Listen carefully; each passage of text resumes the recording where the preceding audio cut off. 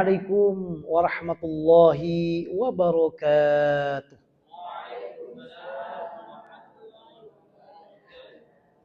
Alhamdulillah, alhamdulillahilladzi khalaqal mauta wal hayata liyabluwakum ayyukum ahsanu amala. Wa asyhadu an la ilaha illallah wahdahu la syarika lah.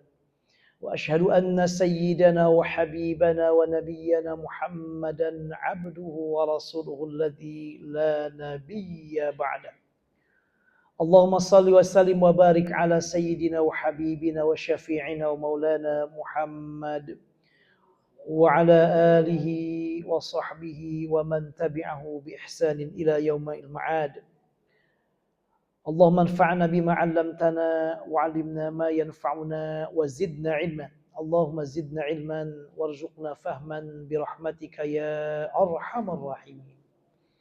Yang sama-sama kita muliakan dan kita hormati pimpinan atau ketua Majelis Ta'lim Nurul Qalbi dan seluruh pengurusnya bersama seluruh penasehat dan jajarannya. Tidak lupa juga tidak juga DKI hadirat, teman juga adik-adik Masya Allah yang luar biasa semuanya, para santri, para pencari ilmu yang luar biasa semuanya. Mudah-mudahan sebagaimana Allah mengumpulkan kita di tempat yang mulia di masjid tercinta ini, juga mudah-mudahan Allah mengumpulkan kita semuanya di surganya. Amin. Allahumma amin. Baik, insya Allah kita akan membahas pada pertemuan kali ini yaitu satu tema sebagaimana yang diminta oleh panitia, yaitu berkaitan dengan alam kubur atau alam barzakh. Bapak Ibu yang berbahagia yang dirahmati Allah, para ulama mengatakan bahwa manusia ini akan mengalami 4 alam atau 4 kehidupan. Pertama adalah alam namanya alam ruh. Ini alam ruh ini sudah kita lalui. Dan alam ruh ini adalah sebelum Allah menciptakan kita dan disimpan di perut ibu kita sampai kita dilahirkan ke alam kedunia, yaitu alam kedunia, alam kedua yaitu alam dunia. Jadi sebelum alam dunia kita berada di kehidupan namanya alam ruh. Bahkan Allah Subhanahu wa taala mengatakan ketika di alam ruh Allah telah bertanya kepada semua ciptaannya, semua makhluknya. Wabil khusus tentunya manusia dan jin. Allah berfirman, "Alastu bi rabbikum?" Qalu bala. Apakah aku adalah Tuhan kalian? Semua manusia saat itu sebelum dia dilahirkan ke dunia, yaitu di alam ruh, mengatakan, bala, benar ya Allah. Kami semua adalah meyakini bahwasanya Tuhan kami hanyalah Allah Subhanahu wa ta'ala. Ini kata para ulama itu berada di alam ruh.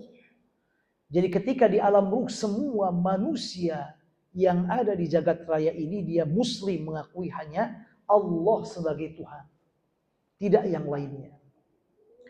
Makanya nanti Allah Subhanahu wa taala menyebutkan orang-orang dalam Al-Qur'an misalnya, ketika sudah di dunia dia percaya kepada Tuhan yang lain, tidak lagi yakin dengan Allah Subhanahu wa taala, dikatakan sebagai orang yang musyrik, syirik menyekutukan Allah.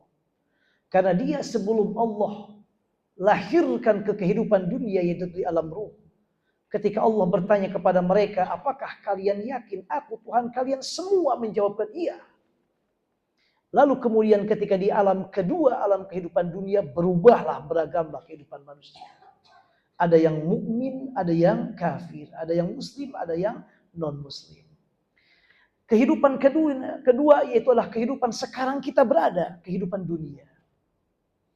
Kehidupan dunia ini tentu kehidupan yang sangat sebentar atau paling sebentar jika dibandingkan dengan kehidupan yang lain.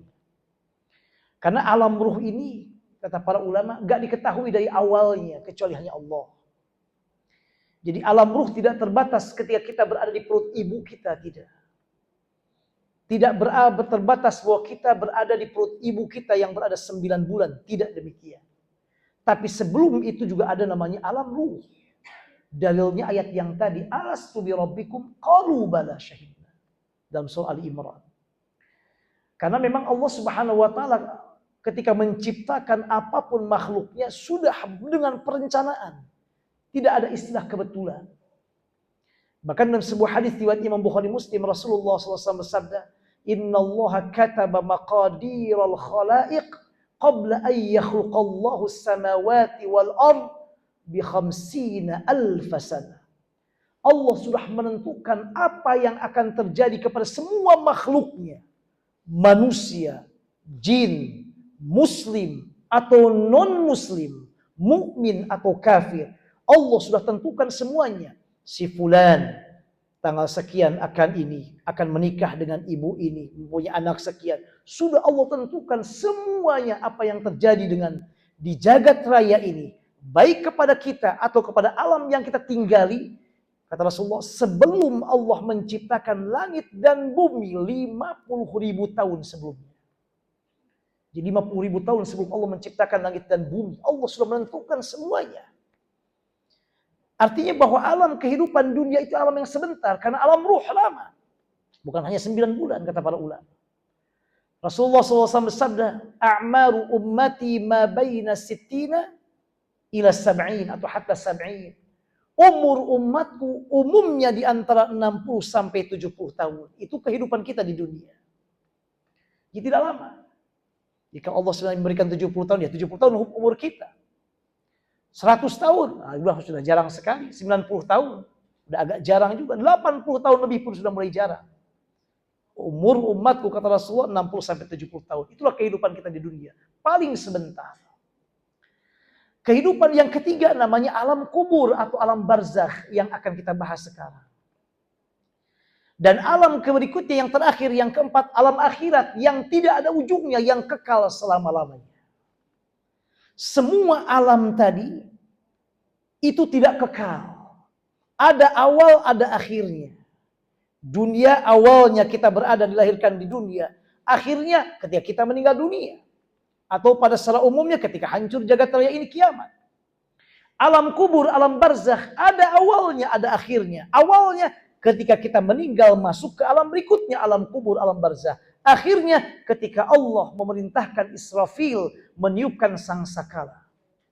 Pertama hancurnya jagat raya, kedua dibangkitkan. Setelah kedua inilah dibangkitkan, masuk manusia ke alam keempat terakhir namanya alam akhirat. Kekal selama-lamanya.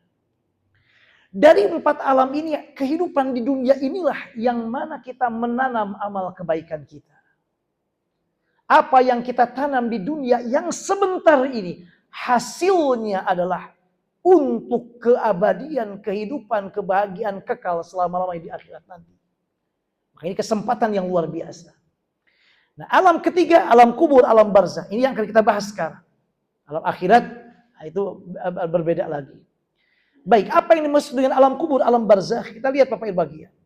Kata imam atau kata para ulama, jadi di antaranya Al-Fakir dapatkan disampaikan oleh Imam Abu Nasr Ismail Al-Jauhari dalam kitabnya As-Sihah Tajul Lughah. Beliau mengatakan bahwa yang dimaksud dengan al-barzakh, alam barzakh adalah al-hajiz baina syai'aini. Jadi kata barzakh itu alam barzakh. Barzakh secara bahasa artinya al-hajiz baina syai'aini, pemisah antara dua hal. Kenapa dikatakan demikian? Karena alam barzakh pemisah antara alam dunia dan alam akhirat. Maka disebut dengan alam barzakh, alam pemirsa. Atau disebut dengan alam kubur karena kita sudah dikuburkan. Nanti kita lihat nanti. Bahkan Ibnu Manzur dalam kitabnya Lisanul Arab juga beliau mengatakan bahwa barzakh itu adalah ma baina kulli syai'. Ma baina kulli syai', di antara segala sesuatu, di antara A dan B, di antara C dan D, di antara. Ini adalah alam atau nama secara bahasa dari kata barzakh. Kemudian Al-Imam Al-Qurtubi dalam tafsirnya, dalam kitabnya At-Tazkirah, beliau menyebutkan maksud alam barzakh secara istilah, secara syar'an, tadi secara bahasa. Secara istilah atau syar'an kata Imam Al-Qurtubi, al-barzakhu ma baina dunya wal akhirati min waqtil mauti ilal ba'thi. Faman mata faqad dakhala fil barzakh. Kata beliau, alam barzakh itu adalah alam antara dunia dan akhirat yang dimulai ketika seseorang meninggal dunia sampai kelak Allah membangkitkan lagi dari alam kubur. Itu alam barzakh. Jadi sekali batasnya, ketika kita meninggal dunia, masuk alam barzah. Sampai kapan akhirnya alam barzah itu? Sampai nanti Israfil meniupkan sangsakala yang kedua sebagai tanda Allah membangkitkan semua makhluknya di alam kubur. Ketika sudah ditiupkan sangsakala kedua, masuklah manusia di alam berikutnya, alam terakhir namanya alam akhirat. Jadi dengan bahasa lebih mudah, alam barzakh itu adalah alam setelah kita meninggalkan dunia dan sebelum kita masuk ke alam akhirat. Dari mulai kita meninggal dunia sampai Allah membangkitkan kita kelak pada hari kiamat. Itu kata Imam Al-Qurtubi. Ini pengertian alam barzakh. Apakah kita di alam barzakh itu sebentar atau lama? Wallahu a'lam. Yang jelas, orang-orang yang sekarang sudah meninggal dunia ratusan tahun sekarang di alam barzakh semuanya. Orang tua kita, keluarga kita, teman kita, saudara kita yang sudah meninggal dunia, semua di alam barzakh. Sampai kapan? Wallahu a'lam. Ada yang sudah ratusan tahun. Ada yang sudah lebih dari 1000 tahun di alam barzakhnya. Ada yang sudah lebih dari 2000 tahun di alam barzakhnya. Orang-orang yang tinggal, yang hidup semasa dengan para nabi dan rasul sebelum Nabi Muhammad SAW, sudah lama di alam barzakhnya. Kayak Fir'aun misalnya, Namrud misalnya, yang semasa dengan Nabi Ibrahim, Fir'aun dengan masa Nabi Musa alaihissalam, sudah lama. Umat Nabi Muhammad, orang tua kita misalnya, pada zaman dahulu penjajahan Jepang atau Belanda, lebih lama lagi, ratusan tahun. Sebelum itu lebih lama lagi. Jadi artinya bahwa kehidupan di alam barzakh lama sekali. Sampai kapan? Sampai nanti hancurnya jagat raya ini, lalu berhenti kata Rasulullah sekitar 40 harian atau 40 tahunan, wallahu alam. Yang jelas ukurannya nanti beda lagi, bukan ukuran 24 jam. Setelah itu kemudian baru ditiupkan sangsakala kedua oleh Israfil, barulah masuk ke alam akhirat. Di alam barzakh lama sekali. Lama sekali, jauh lebih lama dari kehidupan di dunia ini. Kemudian kata barzakh dalam Al-Quran, Allah Subhanahu wa taala, kata para ulama, menyebutkan kata barzakh dalam Al-Quran dalam 3 ayat, dalam 3 tempat. 3 kali Allah menyebutkan kata barzakh. Pertama dalam surah Al-Mu'minun ayat ke-100. Allah Subhanahu wa taala berfirman dalam surah Al-Mu'minun ayat ke-100, la'alli a'malu shalihan. Ayat pertama, hatta idza jaa ahadahumul mautu qala rabbirji'un la'alli a'malu shalihan fima tarakt kalla innaha kalimatun huwa qailuha wa min waraihim barzakhun ila yaumi yub'atsun. Barzakh disebut kata barzakh. Yang kedua kata barzakh adalah dalam surat Al-Furqan ayat 53. Allah berfirman, wa huwa alladhi marajal bahraini hadza 'azbun furat wa hadza milhun ujaj wa ja'ala bainahuma barzakhan wa hijran mahjura. Barzakh. Dan yang ketiga Allah sebutkan dalam surah Ar-Rahman yang tadi kita dengar sama-sama dari ustazah kita yang membaca tadi. Dalam surah Ar-Rahman ayat ke-20 Allah berfirman, marajal bahrain yaltaqiyan bainahuma barzakhun la yabghiyan. 3 kali Allah menyebut kata barzakh. Hanya kata para ulama, kata barzakh yang ada dalam surah Al-Furqan dan Ar-Rahman itu barzakh secara bahasa. Artinya pemisah. 2 laut tidak bertemu, ada pemisah, barzakh. Sementara kata barzakh yang dimaksud dengan kehidupan setelah alam dunia itu ada dalam surah Al-Mu'minun. Wa min waraihim barzakhun ila yaumi yub'atsun. Lalu berikutnya, setelah manusia masuk ke alam kubur, apa yang akan dihadapi oleh manusia? Para ulama mengatakan yang akan dihadapi oleh kita ketika kita sudah meninggal dunia namanya fitnah kubur. Fitnah kubur. Apa fitnah kubur ini? Fitnah kubur ini kata para ulama mencakup 4 aspek. Ini disampaikan diantaranya oleh Imam Mula Ali Al-Qari dalam kitabnya Mirqatul Mafatih. Juga disampaikan oleh Imam Ibnu Hajar Al-Asqalani dalam Fathul Bari. Juga oleh para ulama yang lainnya. Bahwa yang dimaksud dengan fitnah kubur itu mencakup 4 aspek. Yang pertama adalah pertanyaan munkar dan nakir. Yang kedua adanya hempitan kubur atau dhammatul qabri, kuburan menghempit. Yang ketiga adalah zulmatul qabri, gelapnya kuburan, itu fitnah kubur juga. Dan yang terakhir adalah siksa kubur, naudzubillah. Siksa kubur. Ini 4 hal yang disebut dengan fitnah kubur. Maka azab kubur, siksa kubur termasuk di antara bagiannya. Jadi ketika seseorang misalnya meninggal dunia, bukan hanya siksa Allah yang akan didapatkan bagi orang yang ingkar, yang jahat sama Allah. Tapi ada hal yang lainnya. Nah, kita akan bahas satu-satu. Makanya Nabi Muhammad SAW dalam hadis riwayat Imam Bukhari Muslim, di antara doa yang selalu beliau baca dalam sholat beliau, di tahiyat beliau sebelum salam, apa di antaranya? Berdoa kepada Allah dari fitnah kubur, di antaranya dari siksa kubur. Allahumma inni a'udzubika min azabi jahannam. Lalu wa min azabil qabri wa min fitnatil mahya wal mamati wa min syarri fitnatil masihid dajjal. Mari kita lihat pertanyaan munkar dan nakir. Siapa munkar dan nakir? Malaikat. Malaikat yang Allah tugaskan untuk bertanya dan menanyai orang-orang yang sudah meninggal dunia, mau muslim ataupun non-muslim, mau yang taat ataupun yang tidak taat. Ini mayoritas para ulama. Di antara dalil adanya pertanyaan munkar dan nakir, sebuah hadis riwayat Imam At-Tirmidzi dalam sunannya bi isnadin hasan, dengan sanad hasan, diterima dari Abu Hurairah. Rasulullah sallallahu alaihi wasallam bersabda, "Idza qubiral mayyitu," kalau seandainya mayat sudah dikuburkan, termasuk kita, kata Rasulullah, "Idza qubiral mayyitu atahu malakani," datang 2 malaikat. Apa malaikatnya? Seperti apa malaikat ini? Aswadani azraqani, hitam, kebiru-biruan.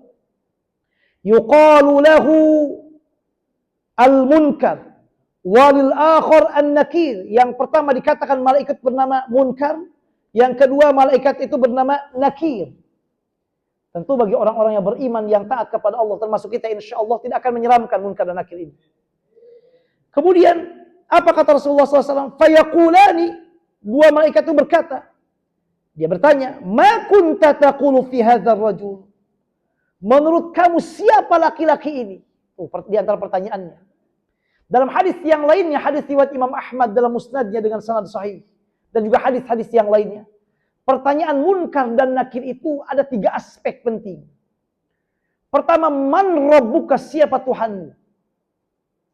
Kemudian juga wa ma dinuka, dalam yang lain, agamamu. Wa ma imamuka, yang ketiga imammu, yaitu adalah Al-Qur'an. Yang berikutnya wa ma hadzal rajul, yaitu Nabi Muhammad. Ada 4 pertanyaan. Kalau dikumpulkan pertanyaannya, man rabbuka, siapa Tuhanmu? Ini menyangkut ilmu akidah. Bertanya tentang wa ma imamuka, imam kalian apa? Imammu siapa? Al-Qur'an tentunya. Ini berkaitan dengan pentingnya kita dekat dengan Al-Qur'an. Siapa nabimu? Man nabiyuka, siapa nabimu? Ini berkaitan dengan ilmu sirah Nabi Muhammad SAW. Dalam hadis ini dikatakan tentang ditanya tentang Nabi Muhammad. Siapa menurut kamu? Siapakah orang ini? Ma kunta taqulu fi hadzal rajul? Menurut kamu siapa laki-laki ini? Para ulama mengatakan wallahu alam, nanti apakah dalam bentuk foto atau dalam bentuk apa, yang penting ada pertanyaan demikian. Hal yang gaib, kita enggak tahu persisnya seperti apa. Kemudian hamba yang mukmin akan mengatakan huwa abdullahi wa rasuluh. Asyhadu an la ilaha illallah wa anna Muhammadan abduhu wa rasuluh. Kita insya Allah semua akan menjawab dia adalah hamba Allah, utusan Allah, dan aku bersaksi tidak ada Tuhan selain Allah dan Nabi Muhammad utusan Allah. Dengan serta merta kita biiznillah dengan akan menjawabnya karena amal kita. Meskipun kita gak mengetahui Nabi Muhammad seperti apa. Bagaimana? Hanya melihat dari Imam At-Tirmidzi misalnya, dalam kitab Syama'ilnya, Nabi Muhammad begini, posturnya seperti ini, jalannya. Hanya itu, tapi persisnya wallahu alam. Tapi nanti yang menjawab ketika di alam kubur, apalah amal yang kita lakukan di dunia ini. Itulah yang menjawab kita. Dan kata para ulama, mayoritas para ulama, pertanyaan munkar nakir di alam kubur menggunakan bahasa Arab. Sebagaimana bahasa yang akan dipergunakan oleh ahlu surga nanti bahasa Arab. Wah, kata ibu-ibu gimana ini? Ditanya kaifa haluk juga belum bisa jawab ini. Apalagi masbuk, apa yang jawabnya malaikat munkar dan nakir. Jangan takut, jangan khawatir. Insya Allah bisa kita menjawab sekalipun kita gak belajar bahasa Arab. Belum bisa bahasa Arab. Syaratnya satu, kuncinya satu. Kita soleh di kehidupan dunia ini. Dekat dengan Allah. Amal soleh yang kita lakukan di dunia itulah yang akan menjawab dengan izin Allah. Meskipun gak bisa bahasa Arab, akan menjawab dengan luar biasa. Orang Arab sekalipun dilahirkan di Arab, belajar bahasa Arab, S1 bahasa Arab, S2 bahasa Arab, S3 bahasa Arab, tapi ingkar kepada Allah, gak akan bisa jawab. Meskipun dia dosen bahasa Arab, profesor dalam bahasa Arab, kalau amalnya tidak soleh.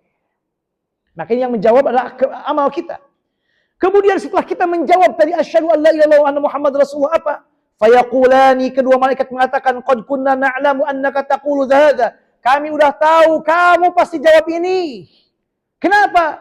Karena kalian ini, Bapak Ibu ini rajin hadir ketika di dunia di Majlis Ilmu Nurul Qalbi.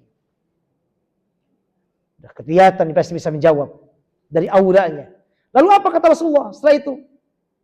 Thumma yufsahu lahu fi qabrihi 70 dhira'an fi 70 thumma yunawwaru lahu fihi thumma yuqalu lahu nam thumma yaqulu lahu nam. Kata Rasulullah SAW, begitu kita menjawab, Allah saat itu kemudian melapangkan, meluaskan kuburan kita. Dalam hadis dikatakan 70 kali 70 meter.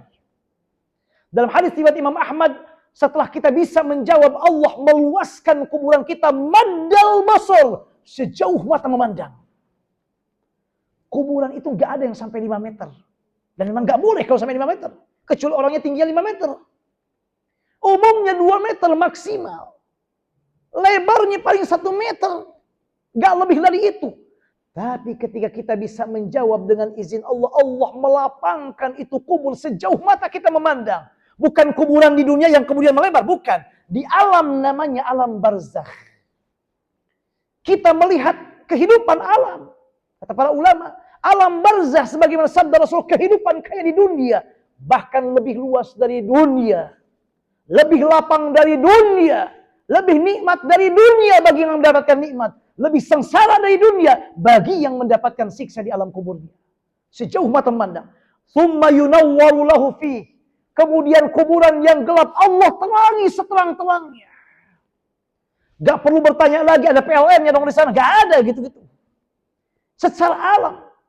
Alam kehidupan yang berbeda hukumnya dengan kehidupan di dunia. Jangan lagi digambarkan hukum di dunia kemudian berlaku di alam kubur, di alam akhirat tidak berlaku lagi. Alamnya berbeda, hukumnya berbeda. Kemudian summa yaqulu lahu, kemudian dikatakan sama dia summa yuqalu lahu nam, tidurlah. Tidurlah. Ini orang yang saleh. Begitu dikatakan tidurlah, fayaqulu, dia mengatakan arji'u ila ahli fa ukhbiruhum. Izinkan saya wahai malaikat pulang dulu sebentar ke keluargaku. Mau ngapain Bapak Ibu pulang ke keluargaku? Bukan untuk tinggal di dunia, bukan. Bukan ini, izinkan pulang dulu. Kenapa? Aku mau tidur dulu di kamarku 2 hari 2 malam. Gak ada begitu. Kata beliau, fa'ukhbiruhum. Aku ingin mengabarkan kepada mereka bahwa papa, bahwa mama, bahwa adik, bahwa abang, bahwa kakak, alhamdulillah mendapatkan nikmat kubur, bisa menjawab pertanyaan munkar dan nakir. Hanya itu yang ingin disampaikan keluarganya. Adapun disuruh tinggal lagi, kagak mau. Ngapain lagi hidup di dunia? 6, tidur. Gak, izinkan saya pulang dulu sebentar ke keluargaku untuk mengabarkan pada mereka keadaanku. Kemudian payuqulani nam kaunaumatil arus alladzi la yuqidu illa ahabbu ahli ilaih. Gak. Kamu gak bisa demikian, sekarang kamu tidurlah. Tidurlah seperti tidurnya pengantin, di mana tidak ada yang membangunkan kecuali orang yang dia cintainya. Tidur pengantin sambil dikata naumatal arus, kata Rasulullah. Tidur pengantin apa maksudnya? Tidak terasa. Sampai dalam hadis yang lain ketika Allah membangkitkan nanti di alam akhirat, ditiupkan Israfil yang kedua kali, bangkitkan manusia, kita dibangkitkan. Tiba-tiba kita bertanya, ya Allah, kenapa engkau bangkitkan secepat ini? Karena dia merasa tidur waktu di alam kuburnya, dia kehidupan di alam kuburnya hanya beberapa saat saja, sebentar. Padahal di alam kuburnya dia udah ratusan tahun atau mungkin 40-an tahun. 6 kanaumatil arus. Tidurlah seperti tidurnya pengantin. Allahu Akbar. Biasanya kalau kita tidurnya senang gak kerasa. Tidurnya senang, apalagi mimpi yang enak-enak, gak terasa. Tiba-tiba jam 7 aja. Tapi kalau mimpinya yang tidak enak, terasa tidur itu lama sekali. Demikian. Hatta yab'atsullahu min majhi dzalik wa in kana munafiqan. Nah, sekarang kalau orang munafik, naudzubillah. Orang munafik, orang kafir, orang ingkar kepada Allah. Ketika ditanyakan, "Mata qulu fi hadzal rajul?" Menurut kamu siapa laki-laki ini? Kemudian mereka mengatakan, "Sami'tun nas yaquluna faqultu mithlah." Aku hanya dengar orang begitu aja bilang, aku kemudian mengatakan seperti orang-orang yang lainnya. La adri, aku tidak tahu. Orang-orang mengatakan aku tidak tahu. Sekarang pun aku mengatakan seperti mereka. Aku tidak tahu siapa dia. Padahal dia di dunia pasti membaca, mendengar, dan juga mengatakan nama Muhammad SAW. Tapi ketika ingkar kepada Allah, jauh dari Allah. Mulut kemudian dikunci. Amal gak bisa bergerak. Amal gak bisa amal tidak bisa kemudian menambahkan yang lainnya. Hanya perbuatan zalim dia, hanya perbuatan nifak dia yang menjawabnya dengan pakan la adri, aku tidak tahu, naudzubillah. Yang sampai Bapak Ibu, naudzubillah. Fayaqulani, kemudian dua malaikat mengatakan, qad kunna na'lamu annaka taqulu dzalik. Aku sudah tahu kamu akan jawab ini wahai fulan. Lalu fayuqalu lil ardi, Allah berkata kepada bumi, wahai bumi, i'taimi alaihi fata'tarimu alaihi. I'taimi artinya apa? Wahai bumi, i'taimi alaihi, gencet dia. Di bumi kemudian hampit dia. Kemudian bumi itu menghempit mayat yang tidak bisa jawab tadi, munafik dan kafir tadi. Fatakhtalifu fiha adla'u, sampai semua tulang rusuknya remuk dan hancur. Bumi pun kemudian demikian, diperintahkan untuk itu. Bumi semua marah orang yang ingkar kepada Allah, naudzubillah. Nah, dari sini apa Bapak Ibu lagi yang menunjukkan? Bahwa dari sini menunjukkan bahwa ada namanya pertanyaan munkar dan nakir. Bahkan dalam hadis riwayat Imam Ahmad dalam Musnadnya, begitu mungkin setelah kita dalam hadis riwayat Imam Bukhari Muslim, setelah kita menghantarkan mayat ke kuburan, kemudian orang terakhir berjalan pulang, mayat mendengar suara sendalnya. Saat itulah munkar dan nakir bertanya kepada siapa? Kepada mayat yang berada di dalam kubur tentang pertanyaan ini diantaranya. Ini pertanyaan munkar dan nakir. Baik, yang kedua adalah hempitan kubur. Ini fitnah kubur yang kedua. Apa dalilnya hempitan kubur? Ini diantaranya dalilnya ada hadis riwayat Imam Ahmad dalam Musnadnya dengan sanad sahih dari As-Sayyidah Aisyah. Kata Sayyidah Aisyah dari Rasulullah SAW. Rasulullah SAW bersabda, "Inna lil qabri dhaghah, walau kana ahadun najian minha naja minha Sa'd bin Mu'adz." Sesungguhnya kuburan itu ada dhaghah, ada hempitan. Dan kata para ulama, hempitan kubur menyempit, menghempit mayat. Ini terjadi dan akan dirasakan oleh semua manusia, mau mukmin, mau kafir, mau soleh, mau toleh. Ini semua termasuk kita. Termasuk orang-orang yang beriman, yang soleh, akan merasakan hempitan kubur ini. Hanya kata para ulama, hempitan kubur yang terasa oleh orang beriman tidak sesakit hempitan kubur yang dirasakan oleh orang-orang yang ingkar kepada Allah. Ini dalilnya. Sesungguhnya di kuburan nanti ada hempitan. Walau kana ahadun naja minha Sa'd bin Mu'adz. Kalau seandainya ada orang yang patut selamat tidak terkena hempitan kubur itu, maka yang pantas mendapatkan itu adalah sahabat Rasulullah namanya Sa'ad bin Mu'adz. Karena Sa'ad bin Mu'adz ini seorang sahabat yang luar biasa. Sampai dikatakan dalam hadis riwayat Imam An-Nasai dengan sanad sahih dari Ibnu Umar, ketika beliau meninggal dunia, Sa'ad bin Mu'adz ini taharraka la'ul arsh, sampai aras bergetar. Sa'ad bin Mu'adz, sahabat Rasulullah luar biasa. Kata Rasulullah, kalau seandainya ada orang yang layak selamat dari hempitan kubur, maka orang tersebut adalah namanya Sa'ad bin Mu'adz. Namun Sa'ad bin Mu'adz pun tetap merasakan hempitan kubur. Maka di sini kata para ulama mengatakan hempitan kubur berlaku untuk semua. Yang soleh, yang toleh, yang mukmin atau yang kafir. Bahkan bukan hanya itu. Kata para ulama, termasuk anak kecil yang meninggal dunia akan mendapatkan hempitan kubur. Anak kecil gak berdosa, belum kena taklif. Tapi kata para ulama akan mendapatkan hempitan kubur juga. Hanya tentu tidak sesakit sebagaimana yang dirasakan oleh orang-orang yang ingkar kepada Allah. Apa dalilnya? Kata para ulama dalilnya bahwa anak kecil juga akan mendapatkan hempitan kubur. Hadis Imam At-Tabrani dalam Al-Mu'jam Al-Awsat bi isnadin sahih, dengan sanad sahih dari Anas bin Malik. Rasulullah SAW bersabda, ala sabiyyin aw sabiyyah, untuk seorang bayi yang baru meninggal, anak kecil yang meninggal dunia. Faqala, Rasul bersabda, "Lau kana naja ahadun min dhammatil qabri la naja hadas sabiyyu." Kalau seandainya ada orang yang akan selamat dari hempitan kubur, maka yang pantas selamat itu adalah bayi ini yang meninggal. Anak kecil yang belum balik inilah yang pantas tidak terkena hempitan kubur, tapi dia juga terkena dengan hempitan kubur. Tapi insya Allah kita tidak akan sakit biiznillah dengan izin Allah Subhanahu wa taala. Yang ketiga, fitnah kubur yang akan kita dapatkan di alam barzakh nanti adalah gelapnya kubur. Otomatis. Loh, bagaimana kita nanti apakah bisa melihat? Bapak Ibu yang bahagia. Kata para ulama, ketika kita meninggal dunia, itu yang dikatakan meninggal itu bukan ruh kita mati seperti badan kita, tidak. Hanya inqita'u ta'alluqir ruhi bil badan, kata Imam Al-Qurtubi dalam kitab At-Tadhkirah. Kematian itu adalah terputusnya keterkaitan ruh ini dengan badan ini. Ruhnya terpisah, ruhnya hidup, badan ini yang kemudian hancur dimakan tanah. Tapi kata sebagian besar para ulama, di alam kubur kita hidup dengan badan juga, badan yang baru. Ruh dan badan yang baru menurut sebagian besar ulama. Jadi ruh kita itu tidak meninggal. Ini menurut mayoritas para ulama. Ruh kita meninggal. Ada yang mengatakan meninggalnya ruh kita itu adalah kapan? Bukan meninggalnya kayak kita kemudian dari alam ini pindah. Enggak. Meninggalnya ruh itu kata para ulama, di antaranya Ibnu Qayyim dalam kitab Ar-Ruh, adalah ketika ruh ini berpisah dari badan ini. Itulah meninggalnya ruh. Meninggalnya ruh. Tapi ruhnya tetap hidup. Bahkan ruh itulah yang nanti akan mendapatkan nikmat ataupun siksa kubur di alam barzakh. Meskipun tadi sebagian besar ulama mengatakan ketika mendapatkan nikmat atau alam siksa dalam kubur, bukannya ruhnya, ruh dan badannya, tapi badan yang baru. Di akhirat nanti kita dibangkitkan ruh dan badan yang baru, yang berbeda dengan badan kehidupan dunia ini. Ruh ini. Kemudian gelapnya kubur. Apa dalilnya adanya gelap kubur? Hadis riwayat Imam Muslim dalam sahihnya dari Abu Hurairah. Ketika berbicara tentang seorang wanita yang rajin sekali mengurus masjid. Khususnya memperhatikan kebersihan masjid.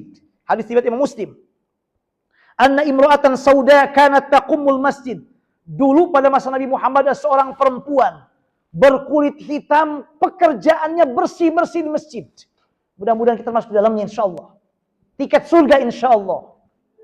Bukan hanya mengurus bersih, termasuk DKM-nya juga. Mengurus masjid intinya. Kebersihannya, kerapihannya, kemakmurannya diperhatikan. Ini dalilnya. Kata Imam Ibnu Hajar Al-Asqalani dalam kitab Fathul Bari, namanya Ummu Mihjan. Wanita berkulit hitam, kerjaannya bersih-bersih masjid.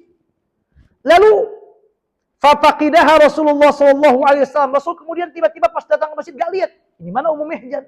Biasa sedang ambil sampah, beres-beres, bersih-bersih, rapi-rapi masjid. Kemudian bertanya, kemana Ummu Mihjan? Faqalu matat. Para sahabat mengatakan, ya Rasulullah, Ummu Mihjan sudah meninggal dunia. Para sahabat tidak mengabarkan Ummu Mihjan kepada Nabi Muhammad akan wafatnya, berita wafatnya. Beliau sudah meninggal dunia, ya Rasulullah. Mendengar itu apa kata Rasulullah? Rasul dengan sedikit agak kesal. Beliau mengatakan, afala kuntum adzantumuni. Kenapa kalian tidak ngabari sama saya? Kalau Ummu Mihjan itu meninggal dunia. Ini kemudian dikatakan di sini, dalam hadisnya, kata Abu Hurairah, faka'annahum sagharu amroha. Para sahabat seolah menganggap Ummu Mihjan orang biasa. Orang biasa saja, jadi gak perlu Nabi Muhammad tahu. Merendah, dalam tanda petik bukan merendahkan. Menganggap hal yang biasa saja beliau. Makanya para sahabat gak ngasih kabar kepada Rasulullah. Tapi ternyata Ummu Mihjan yang dianggap orang biasa oleh para sahabat. Di hadapan Rasulullah orang yang luar biasa. Kenapa? Karena rajin bersih-bersih masjid. Apa kata Rasulullah mendengar itu? Faqala daluni ala qabriha. Sekarang tunjukkan di mana kuburnya. Sampai demikian Rasulullah. Di mana kuburannya? Betapa Nabi Muhammad mengagungkan siapapun yang perhatian dengan masjid. Khususnya membersihkan masjid, memakmurkan masjid. Termasuk kita semua insya Allah ini. Ini bagian memakmurkan masjid.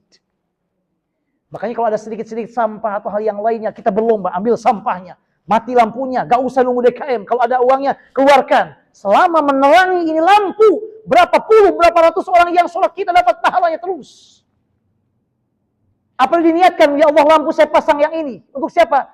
Niatkan pahalanya untuk ibu saya yang sudah meninggal dunia. Untuk ibu kita yang sudah meninggal Selama lampu ini terus mengalir, selama lampu ini terus bercahaya menyinari orang-orang yang sholat, pahalanya terus kita dapatkan untuk ibu kita yang sudah meninggal dunia misalnya. Luar biasa. Ummu Mihjan kata, "Dalluni ala qabri." Di mana kuburannya? Ditunjukkan ke kuburannya. Begitu sampai di kuburannya apa? Fadallu fasalla 'alaiha. Rasul kemudian sholat di samping kuburannya. Orang yang sampai Nabi Muhammad cari kuburannya, sampai sholat di sampingnya dan mendoakannya, itu orang yang rajin ngurus masjid. Orang yang perhatian dengan masjid. Orang yang rajin bersih-bersih dengan masjid, namanya Ummu Mihjan. Lalu apa kata Rasulullah setelah itu?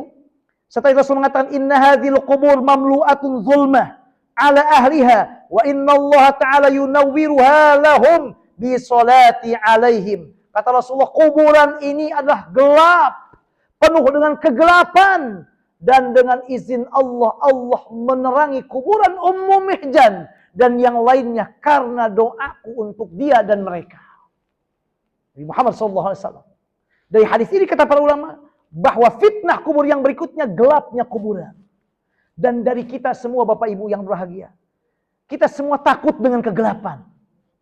Umumnya kita takut dengan kegelapan. Coba sedang asik di rumah, tiba-tiba mati lampu, waduh kalut semuanya. Lilin, handphone, baterai, segala macam. Kegelapan, baru gelap di dunia. Bayangkan gelap di alam kubur ketika kita sedang menyendiri. Gak ada teman, gak ada suami, gak ada anak, gak ada tetangga. Kita sendiri di alam kubur. Waktunya wallahu alam. Di dunia mati lampu hanya beberapa jam. Kalut kita. Gak sampai 1 jam. Beberapa menit. Kalut kita. Bayangkan di alam kubur yang berpuluh-puluh tahun. Mungkin ratusan tahun.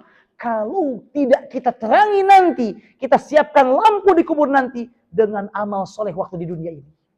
Maka dari sini kata para ulama. Itu dalil bahwa fitnah kubur berikutnya adalah namanya gelapnya kubur. Yang keempat, fitnah kubur adalah siksa kubur. Na'udzubillah. Di antara dalil adanya siksa kubur, ini dalam surah Ghafir, ayat ke-45 dan 46. Ketika Allah menceritakan siksa yang Allah berikan kepada ahli Fir'aun. Allah berfirman, "Fawaqahu Allah sayyiati ma makaru, wa haqa bi ahli Fir'aun su'ul azab. An-naru yu'raduna 'alaiha quduwwan wa 'ashiyya wa yawma taqumu as-sa'atu adkhilu ala fir'auna ashaddal 'adzab." Ini dalam surah Ghafir, ketika Allah menceritakan tentang Fir'aun, Allah memberikan siksa kepada dia dan keluarganya. An-naru yu'raduna 'alaiha quduwwan wa 'ashiyya, bahwa ditampakkan kepada mereka setiap pagi dan petang. Kata para ulama, an-naru yu'raduna 'alaiha quduwwan wa 'ashiyya, itu maksudnya di alam kubur, alam barzakh. Artinya ini di antara dalil dari ayat Al-Quran adanya siksa kubur. Loh kenapa an-naru di sini diartikan dengan alam kubur, bukan di alam akhirat?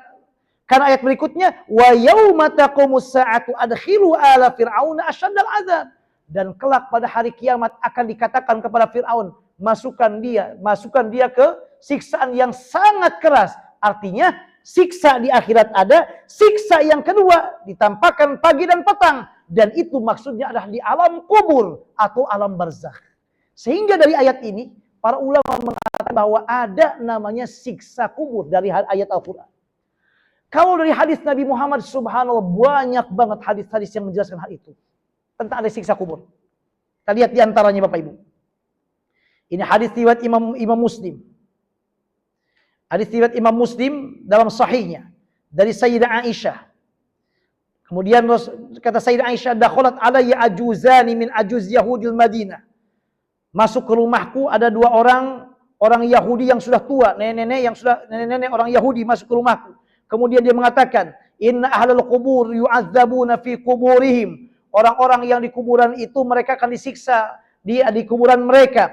Qalat, kemudian Sayyidah Aisyah mengatakan, "Fakadzabtuhuma." Kemudian aku mengatakan, bohong kalian berdua, gak ada demikian. Kemudian setelah itu Nabi Muhammad masuk ke rumah dan beliau bersabda, "Ya Rasulullah," kata Sayyidah Aisyah, ini orang mengatakan, orang Yahudi ini mengatakan bahwa akan disiksa di alam kubur, dan saya katakan tidak benar itu. Apa kata Rasulullah kemudian? Kata Rasulullah SAW kemudian mengatakan, "Shadaqata." 2 wanita Yahudi tadi betul perkataannya. "Innahum yu'adzabuna 'adzaban tasma'uhul bahaim." Maka orang-orang yang ingkar kepada Allah, mereka akan disiksa di alam kuburnya, yang siksaannya itu akan terdengar oleh semua hewan. Dalam hadis yang lain, akan didengar oleh semua makhluk Allah kecuali jin dan manusia. Gak mendengar suara itu. Meskipun kata para ulama, Nabi Muhammad pernah mendengar orang yang disiksa di alam kubur. Ketika hadis sahih, Nabi Muhammad lewat, kemudian Nabi Muhammad kuburan siapa ini? Si fulan, kata Rasulullah. Ini orang yang di kubur ini sedang disiksa oleh Allah. Penyebabnya bukan karena besar, hal yang kecil. Gara-gara apa? Gara-gara tidak beres ketika, mohon maaf, ceboknya. Dan yang kedua, ketika suka menebar adu domba atau namimah. Nabi Muhammad. Bahkan para ulama yang lain mengatakan, di antaranya Imam Al-Qurtubi dalam kitab At-Tadhkirah, juga Imam Ibnu Qayyim dalam kitab Ar-Ruh, Imam As-Suyuti dalam kitab Syarhus Sudur, mengatakan bahwa beberapa sahabat dan orang-orang saleh setelah Nabi Muhammad, selain Nabi Muhammad tentunya, juga di antara mereka ada yang mendengar siksa kubur. Ada yang mendengar, disebutkan oleh para ulama dalam kitab-kitab mereka. Jadi oleh karena itu maka siksa kubur ada, betul adanya. Bahkan disebutkan di sini, innahum yu'adzabuna 'adzaban tasma'uhul bahaim. Siksanya itu didengar oleh hewan-hewan. Maka seringkali ada yang mengatakan kalau kita ingin tahu ada siksa kubur gini aja. Misalnya ada orang yang jahat dikuburkan, bawa hewan. Mau sapi, mau domba, mau sapi, mau domba, mau ayam, coba taruh di kuburan tadi. Perhatikan ayam itu, hewan itu. Pasti dia tidak akan nyaman, tidak akan kalau dia tidak nyaman, gerak-gerak atau gelisah, maka itu di antara bagian bahwa dia mendengar siksa kubur tersebut. Dan untung kita tidak mendengarnya. Kalau kita mendengarnya, aduh repot juga. Apalagi rumah kita dekat kuburan juga. Repot. Alhamdulillah ala kulli hal. Baik. Oh, kalau kita lihat bentuk sisa kuburnya, udah kita lewat aja bentuk sisa kuburnya. Auzubillah. Semoga Allah menyelamatkan kita dari siksa kubur. Baik. Nah, ada orang-orang yang akan selamat dari siksa kubur, ada. Satu, orang yang gugur syahid. Ya Allah. Dan gugur syahid ini kata para ulama bukannya syahid di medan perang, Bapak Ibu. Tapi namanya syahid akhirat. Di dunianya dia dimandikan, dikafani, disolatkan dan dikuburkan, tapi dia meninggalnya bukan karena perang, tapi oleh Allah dicatat dia orang yang gugur syahid di akhirat namanya, dapat pahala syahid. Apa dalilnya orang-orang syahid tidak akan disiksa kubur? Hadis riwayat Imam At-Tirmidzi dengan sanad sahih dalam sunannya.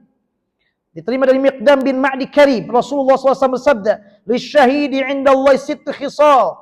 Orang yang gugur syahid itu akan mendapatkan 6 kemuliaan, 6 keistimewaan dari Allah. 1, yughfaru lahu fi awwal daf'ah.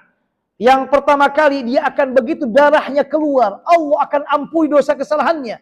Wa yara maq'adahu minal jannah, akan diperlihatkan kepada dia tempatnya di surga. Orang yang gugur syahid terkadang dia misalnya tersenyum atau menunjukkan kebahagiaan, ditempatkan surga, tampakkan surga. Wa yujaru min azabillah, wa yujaru min azabil qabri. Kemudian Allah selamatkan dia dari siksa kubur. Ini dalilnya. Dari siksa kubur. Kemudian juga wa ya'manu minal faza'il akbar. Allah selamatkan dia minal faza'il akbar. Dari keluh kesah kelak pada akhirat. Wa yudha'u ala ra'si tajul waqar. Disimpan di atas kepalanya mahkota kemuliaan. Kemudian juga disampaikan di dalamnya wa yuzawwiju ithnataini wa sab'ina zawjatan min hurul 'ain. Akan Allah nikahkan dengan 72 bidadarinya. Kemudian yang berikutnya wa yashfa'u fi sab'ina min aqaribih, dan dia bisa memberikan kepada kerabatnya sebanyak 70 orang. 70 orang karena kemudian gugur syahid bisa memberikan syafaatnya. Pertolongan dengan izin Allah SWT. Yang kedua, orang yang akan selamat dari siksa kubur siapa? Orang yang meninggal pada hari Jumat.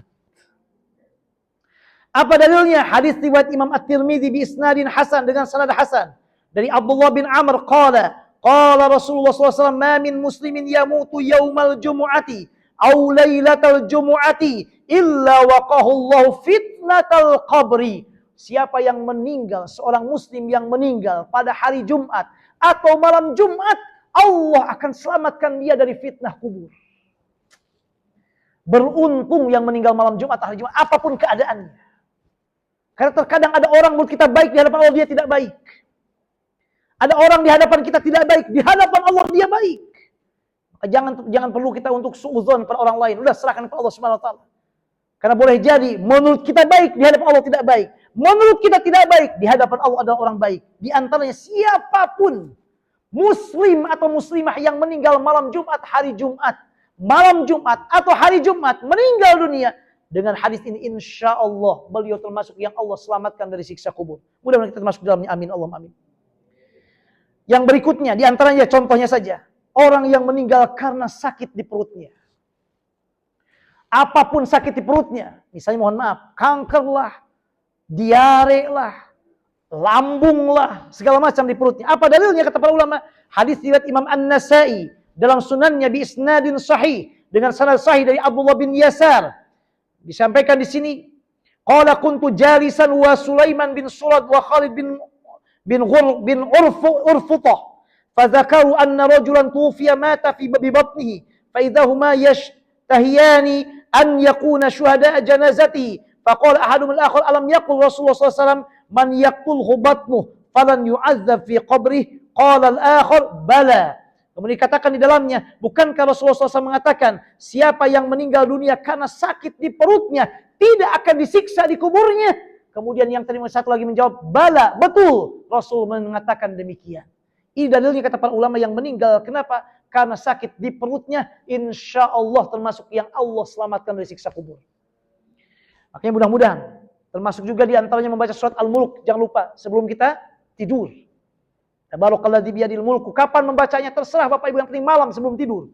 Gak mesti pas mau tidur banget, boleh habis maghribnya, habis isyanya, terserah kapan saja. Sesenggangnya. Memang yang paling baik pas kita tidur di atas kasur lalu baca Al-Mulk itu. Cuma umumnya kadang kita gak sampai Al-Mulk, tiba udah tidur. Tabarakalladzi biyadil mulku wa huwa ala kulli syai'in qadir alladzi khalaqal mauta wal hayat. Oh, langsung. Baru 2 ayat udah tidur. Dan kalau lihat handphone 2 jam 3 jam banteng terus. Ya oleh karena itu baca sebelum itu gak apa-apa. Habis salat Isya baca Al-Mulk. Gak mesti pas baru sebelum tidurnya. Nah, berikutnya lagi, apakah ruh saling berkunjung? Iya, kata Rasulullah. Ruh satu sama lain berkunjung. Bahkan bukan hanya itu, ruh ketika sudah meninggal dunia mengetahui dan mendengar semua yang berkaitan dengan dunia. Orang yang sudah meninggal dunia mendengar suara keluarganya di dunia. Mengetahui apa yang dilakukan oleh keluarganya di dunia. Meskipun mereka tidak selamanya ingin tahu itu. Cuma kalau mereka mau ingin tahu, tahu. Kata para ulama, mereka termasuk alam ruh. Yang mana alam ruh itu melihat kita, tapi kita tidak melihat mereka. Apa di antara dalilnya? Mereka mengetahui urusan dunia, keluarganya di dunia. Mendengar perkataannya. Ini hadisnya riwayat Imam Bukhari dalam sahihnya. Diterima dari Anas bin Malik. Kata Rasulullah SAW, Idza al-abdu idza wudi'a, seorang hamba kalau seandainya dia dikuburkan. Nah, ini al-'abdu idza wudi'a fi qabrihi. Seorang hamba kalau seandainya dia dikuburkan di kuburannya. Kemudian sebentar Bapak Ibu mohon. Kita ambil yang ini. Ya, hadisnya ini. Al-'abdu idza wudi'a fi qabrihi wa tuwalliya. Kemudian orang-orang berpaling, wa dhahaba ashabu hatta innahu la yasma'u qur'ani alihim atahu malakan ila akhir hadis. Jadi ketika seseorang dikuburkan, lalu orang-orang yang mengantarnya mulai pulang. Orang yang paling akhir pulang mengantarkan dia ke makamnya. Begitu dia pulang, orang yang terakhir, mayat kata Rasulullah mendengar suara sendalnya. Suara sendalnya didengarnya oleh mayat yang di kuburan tadi. Jadi artinya mereka mendengar. Kalau suara sendal saja terdengar, apalagi pembicaraan. Maka Rasul mengatakan kalau ada orang meninggal dunia, udah jangan bilang yang jelek-jeleknya, baiknya saja udah. Mereka mendengar, menyakiti mereka juga. Sudah meninggal dunia, sama tetangganya, tahu yang meninggal tadi bapak itu kejauhan. Kalau dia jawab tiba-tiba, jangan ngomongin saya. Oh lari juga kita semuanya. Untung nggak bisa bicara begitu. Nggak boleh. Mereka mendengar kita, melihat kita. Bahkan kata para ulama, di antara dalil mereka mengetahui kita. Ruh yang sudah meninggal dunia di alam barzakh ini. Melihat kita, mendengar kita apa? Kita kata Rasul dalam hadis yang lain. Kalau kita datang ke ziarah kubur, lalu mengucapkan salam. Maka dia, misalnya kita kenal dengan kuburan tadi. Ini bapak ini meninggal dunia. Tetangga saya misalnya. Lalu saya lihat ke kuburannya. Assalamualaikum ya ahlul kubur.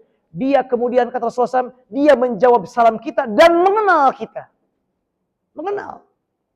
Bahkan salamnya juga kan assalamualaikum dengan mereka. Sama dengan saya sekarang kepada bapak, kepada ibu, assalamualaikum. Arti mereka hidup, Assalamualaikum.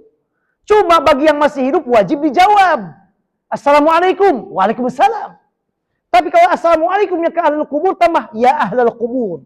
Dan gak wajib dijawab oleh mereka. Kalau dijawab repot juga, kita mau ziarah kubur jadi gak jadi nanti. Wah, Assalamualaikum, hidup, mendengar. Bahkan Bapak bahagia, dalam hadis yang lain disampaikan kata Rasulullah, janganlah kalian menyakiti orang-orang yang sudah meninggal dunia. Karena perbuatan kalian yang kalian lakukan di dunia akan ditunjukkan kepada keluarga kalian yang sudah meninggal dunia. Dalam hadis yang lain kata Rasulullah, ketika mereka melihat kita berbuat baik, mereka berbahagia, senang, bersyukur kepada Allah. Dan ketika mereka melihat kita keluarganya yang di dunia melakukan perbuatan dosa besar, dan mereka mengetahuinya, perbuatan dosa yang menyimpang, mereka mengatakan, ya Allah, jangan kau wafatkan sampai engkau memberikan hidayah untuknya. Mereka demikian, mengetahui kita. Di alam ruh, alam kubur, alam kehidupan kayak dunia. Bahkan lebih dari kehidupan dunia. Mereka mengetahui kita, mereka bisa jalan kemana-mana. Bapak Ibu gak perlu khawatir. Orang tua kita dikuburkan di Saudi Arabia. Orang tua kita dikuburkan di luar Indonesia. Orang tua kita dikuburkan di luar Jakarta. Tidak usah khawatir, ruh bisa kemana saja. Terserah dia. Ibu di mana sekarang? Ibu di Jakarta, di Bintaro. Orang tua di mana? Di Solo. Bisa datang orang tua ke sini. Jangankan Solo, masih dekat. Di Amerika bisa datang. Ruh itu begitu. Masih repot kita yang masih dulu, yang masih hidup. Mau berangkat ke Eropa, mau berangkat ke Amerika, harus ada paspor dulu. Punya juga harus punya tabungannya. Wah, urusannya panjang banget. Mereka enggak. Tidak tersekat dengan waktu, tidak tersekat dengan negara. Bisa kemana saja. Bahkan bukan hanya itu, ruh saat orang yang sudah meninggal dunia bisa saling berkunjung satu sama lain. Kehidupan ruh alam kubur nanti berkunjung satu sama lain. Apa di antara dalilnya Bapak bahagia? Nah, ini di antara dalilnya adalah dalam sebuah hadis Rasulullah SAW mengatakan, nah ini ada hadis riwayat Imam An-Nasai Bapak Ibu. Hadis Imam An-Nasai dalam dengan sanad sahih dari Abu Hurairah. Rasulullah SAW bersabda, "Idza hudiral mu'minu atatul malaikatu rahmah bihariratin bayda." Ketika seseorang mukmin meninggal dunia, malaikat rahmat akan datang menyambutnya bihariratin bayda, dengan membawa sutra yang berwarna putih. Dalam hadis yang lain, membawa kain kapan khusus dari surga dan membawa wangi-wangian dari surga untuk menyambut siapa? Ruh orang beriman, orang yang taat. Yaquluna, kemudian dikatakan, ukhruji radiyatan mardiyah, keluarlah wahai ruh dengan penuh keridhaan dari Allah. Kemudian juga warabbin ghairi ghadban, dan menghadap Allah yang tidak pernah memarahi kamu. Kemudian fatakhruju ka'atya birihil mis, kemudian itu akan keluar dan membawa wangi-wangian yang luar biasa semerbak. Luar biasa. Kemudian seterusnya hadis yang berikutnya, kemudian dikatakan kata Rasulullah SAW, sampai ruh kita dibawa oleh malaikat naik ke langit ke dunia. Begitu sampai di langit ke dunia, langit pertama, malaikat yang berada di sana bertanya, ruh siapa ini? Wanginya enak sekali. Kata demikian. Rasul mengatakan, dikatakanlah dia, disebutkan ini ruhnya si fulan, putranya Bapak Anu, disebutkan dengan nama yang paling disukainya waktu di dunia. Lalu setelah itu, fayatuna bihi arwahal mu'minina, falahum asyaddu farhan bihi bin ahadikum bighaibihi yaqdamu alaihi. Dikatakan Rasulullah. Kemudian ruh tersebut, ruh yang sudah meninggal tadi, setelah selesai tadi, mereka akan mendatangi ruh-ruh orang mukmin yang lainnya yang sudah meninggal dunia duluan. Saling berkunjung, saling melihat. Kemudian dikatakan falahum asyaddu farhan bihi. Ruh-ruh yang dikunjungi tadi sangat bahagia sekali bertemu dengan ruh yang baru. Misalnya orang tua sudah meninggal dunia, anaknya meninggal dunia sekarang. Anaknya akan berkunjung kepada keluarganya yang di alam kubur nanti melihat, dan mereka sangat bahagia. Lalu dalam hadis yang lain mereka bertanya, bagaimana si fulan, bagaimana si Anu, bagaimana, ditanyakan semuanya. Termasuk ditanyakan bagaimana si fulan, di sini dikatakan. Dikatakan di sini, si fulan enggak ada. Loh, kok enggak ngumpul sama kita? Kalau ada ruh yang enggak ngumpul saat itu, enggak saling berkunjung, berarti ruh tersebut ruh yang tidak baik. Dalam artian apa? Disiksa oleh Allah di alam kuburnya. Karena kata para ulama, kalau ruh tersebut ruh yang mendapatkan siksa di alam kubur, enggak bisa jalan-jalan kemana-mana. Hanya ruh orang mukmin, orang yang soleh yang bisa kesana kemari. Bisa melihat kunjung ke keluarganya, bisa berkunjung dengan sesama ruh yang lainnya. Kehidupan ngumpul. Itu kehidupan ruh seperti kehidupan apa? Kehidupan dunia, kata para ulama. Bahkan lebih dari itu. Hanya lagi memikirkan, ayo kita reuni buat grup. Nggak ada demikian lagi. Ngumpul, ngobrolin tentang apa? Kenikmatan, tentang kehidupan. Bahkan di antara ulama ada yang mengatakan, untuk roh-roh tertentu, di alam kubur juga mereka ada yang ibadah kepada Allah. Ada yang membaca surat Al-Muluk, ada yang membaca Al-Quran, ada yang sedang sholat saja. Hanya ibadahnya orang-orang yang di alam kubur nanti sudah nggak mendapatkan lagi pahala, tapi bagian dari nikmat kubur yang Allah berikan pada dia. Karena wujud nikmat kubur itu adalah diantaranya dapat beribadah dimanapun kita berada. Nah, ini kata para ulama. Jadi artinya di sini Bapak Ibu bahwa ruh itu masih ada hubungan dengan yang sudah meninggal dunia, dengan yang masih hidup. Mohon maaf. Bahkan terakhir kata para ulama, orang yang sekarang sudah berada di alam kubur ini, alam barzakh ini, masih bisa bertemu dengan orang yang masih hidup. Dengan apa? Melalui mimpi kita dalam tidur. Ini dengan dalil firman Allah surat Az-Zumar. Allahu yatawaffal anfusa hina mautiha wallati lam tamut fi manamiha fayumsikul lati qada 'alaiha al-mauta wa yursil ukhra ila ajalin musamma. Ketika menafsirkan ayat tersebut dalam surat Az-Zumar, para ahli tafsir, para ulama di antaranya Imam Al-Qurtubi dalam tafsirnya menegaskan, menyebutkan penjelasan para ulama termasuk Ibnu Abbas, Ali bin Abi Thalib dan yang lainnya, bahwa ruh orang yang masih hidup dapat bertemu dan berkumpul dengan yang sudah meninggal dunia melalui mimpi. Hanya melalui mimpi. Enggak kemudian datang begitu saya ke rumah, tidak. Maksudnya ke rumah dalam enggak. Hanya lewat mimpi saja. Ya kalau seandainya misalnya datang hanya melihat saja. Tapi kata para ulama kalau mereka mendapatkan nikmat kubur, malas lagi udah kelihat ke dunia udah. Paling dia melihat sebentar, udah menikmati di alam kuburnya. Udah tiap saat kemudian melihat ke dunia, melihat ke alam keluarganya, sudah tidak. Sudah menikmati di alam yang luar biasa, yang lebih lama, lebih luar biasa, yaitu alam barzakh. Itulah di antara sekelumit bagian kecil dari alam kubur, alam barzakh, sebagaimana disampaikan oleh para ulama dari Al-Quran dan Sunnah Rasulullah SAW. Mudah-mudahan dengan demikian kita makin sungguh-sungguh, makin semangat dalam beribadah kita, dalam rangka menyongsong kehidupan yang ketiga nanti, yaitu alam barzakh dan alam kubur, di mana kehidupan di sana adalah kehidupan yang lebih lama, lebih luar biasa, bahkan lebih segalanya dari kehidupan di dunia ini. Dan mudah-mudahan kita termasuk orang-orang yang mendapatkan nikmat kubur, bukan siksa kubur. Amin, Allahumma amin. Demikian yang dapat Al-Fakir sampaikan. Selanjutnya kita diskusi Bapak Ibu, baik menyangkut tema ini atau barangkali ada hal yang lain yang perlu kita diskusikan. Aku qouli hadza wastaghfirullahi wa lakum wallahu a'lam bis-shawab. Wassalamualaikum warahmatullahi wabarakatuh. Ibu silakan kalau ada yang mau bertanya.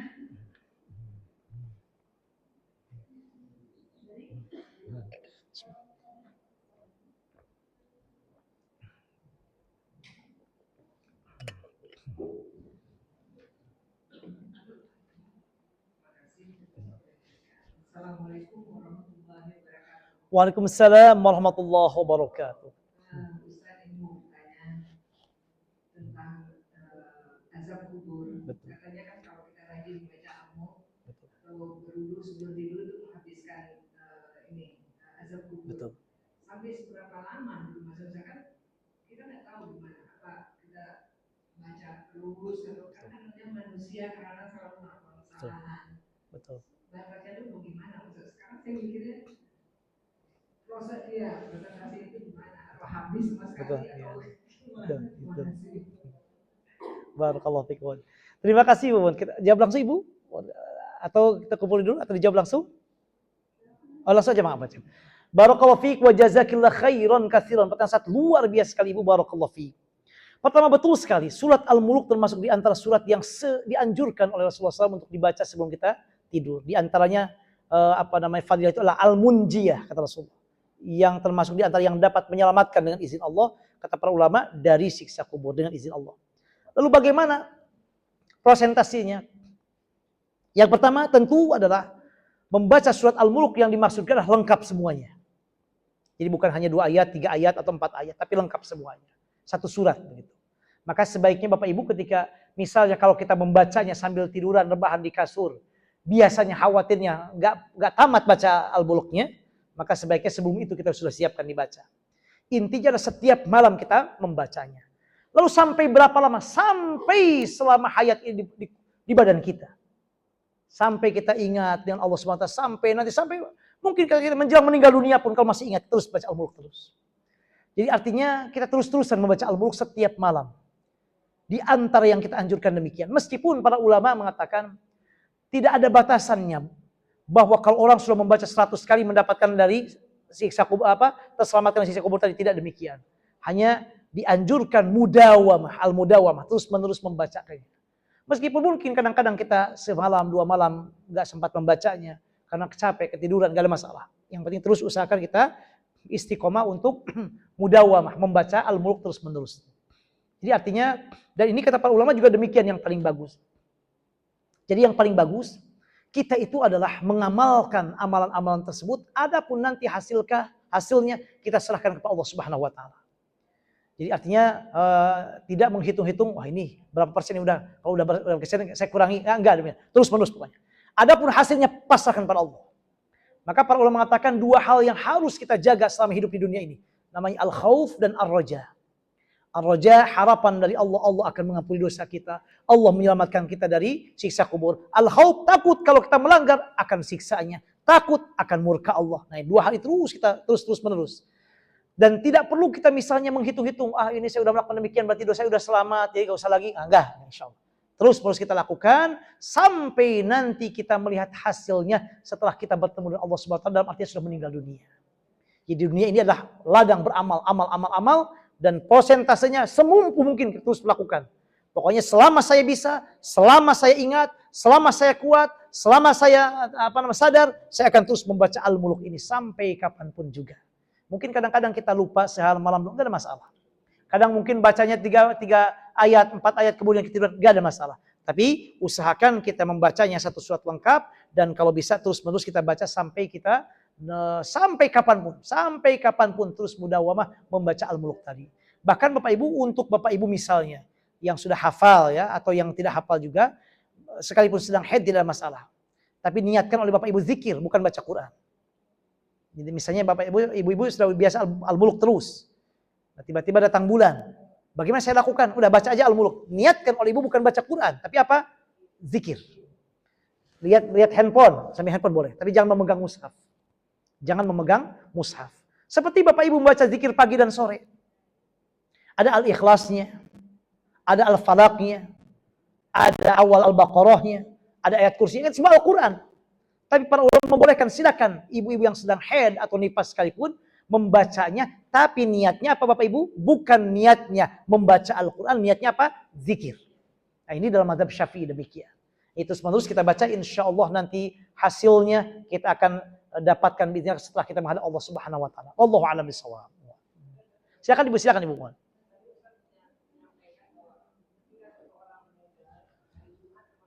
Betul.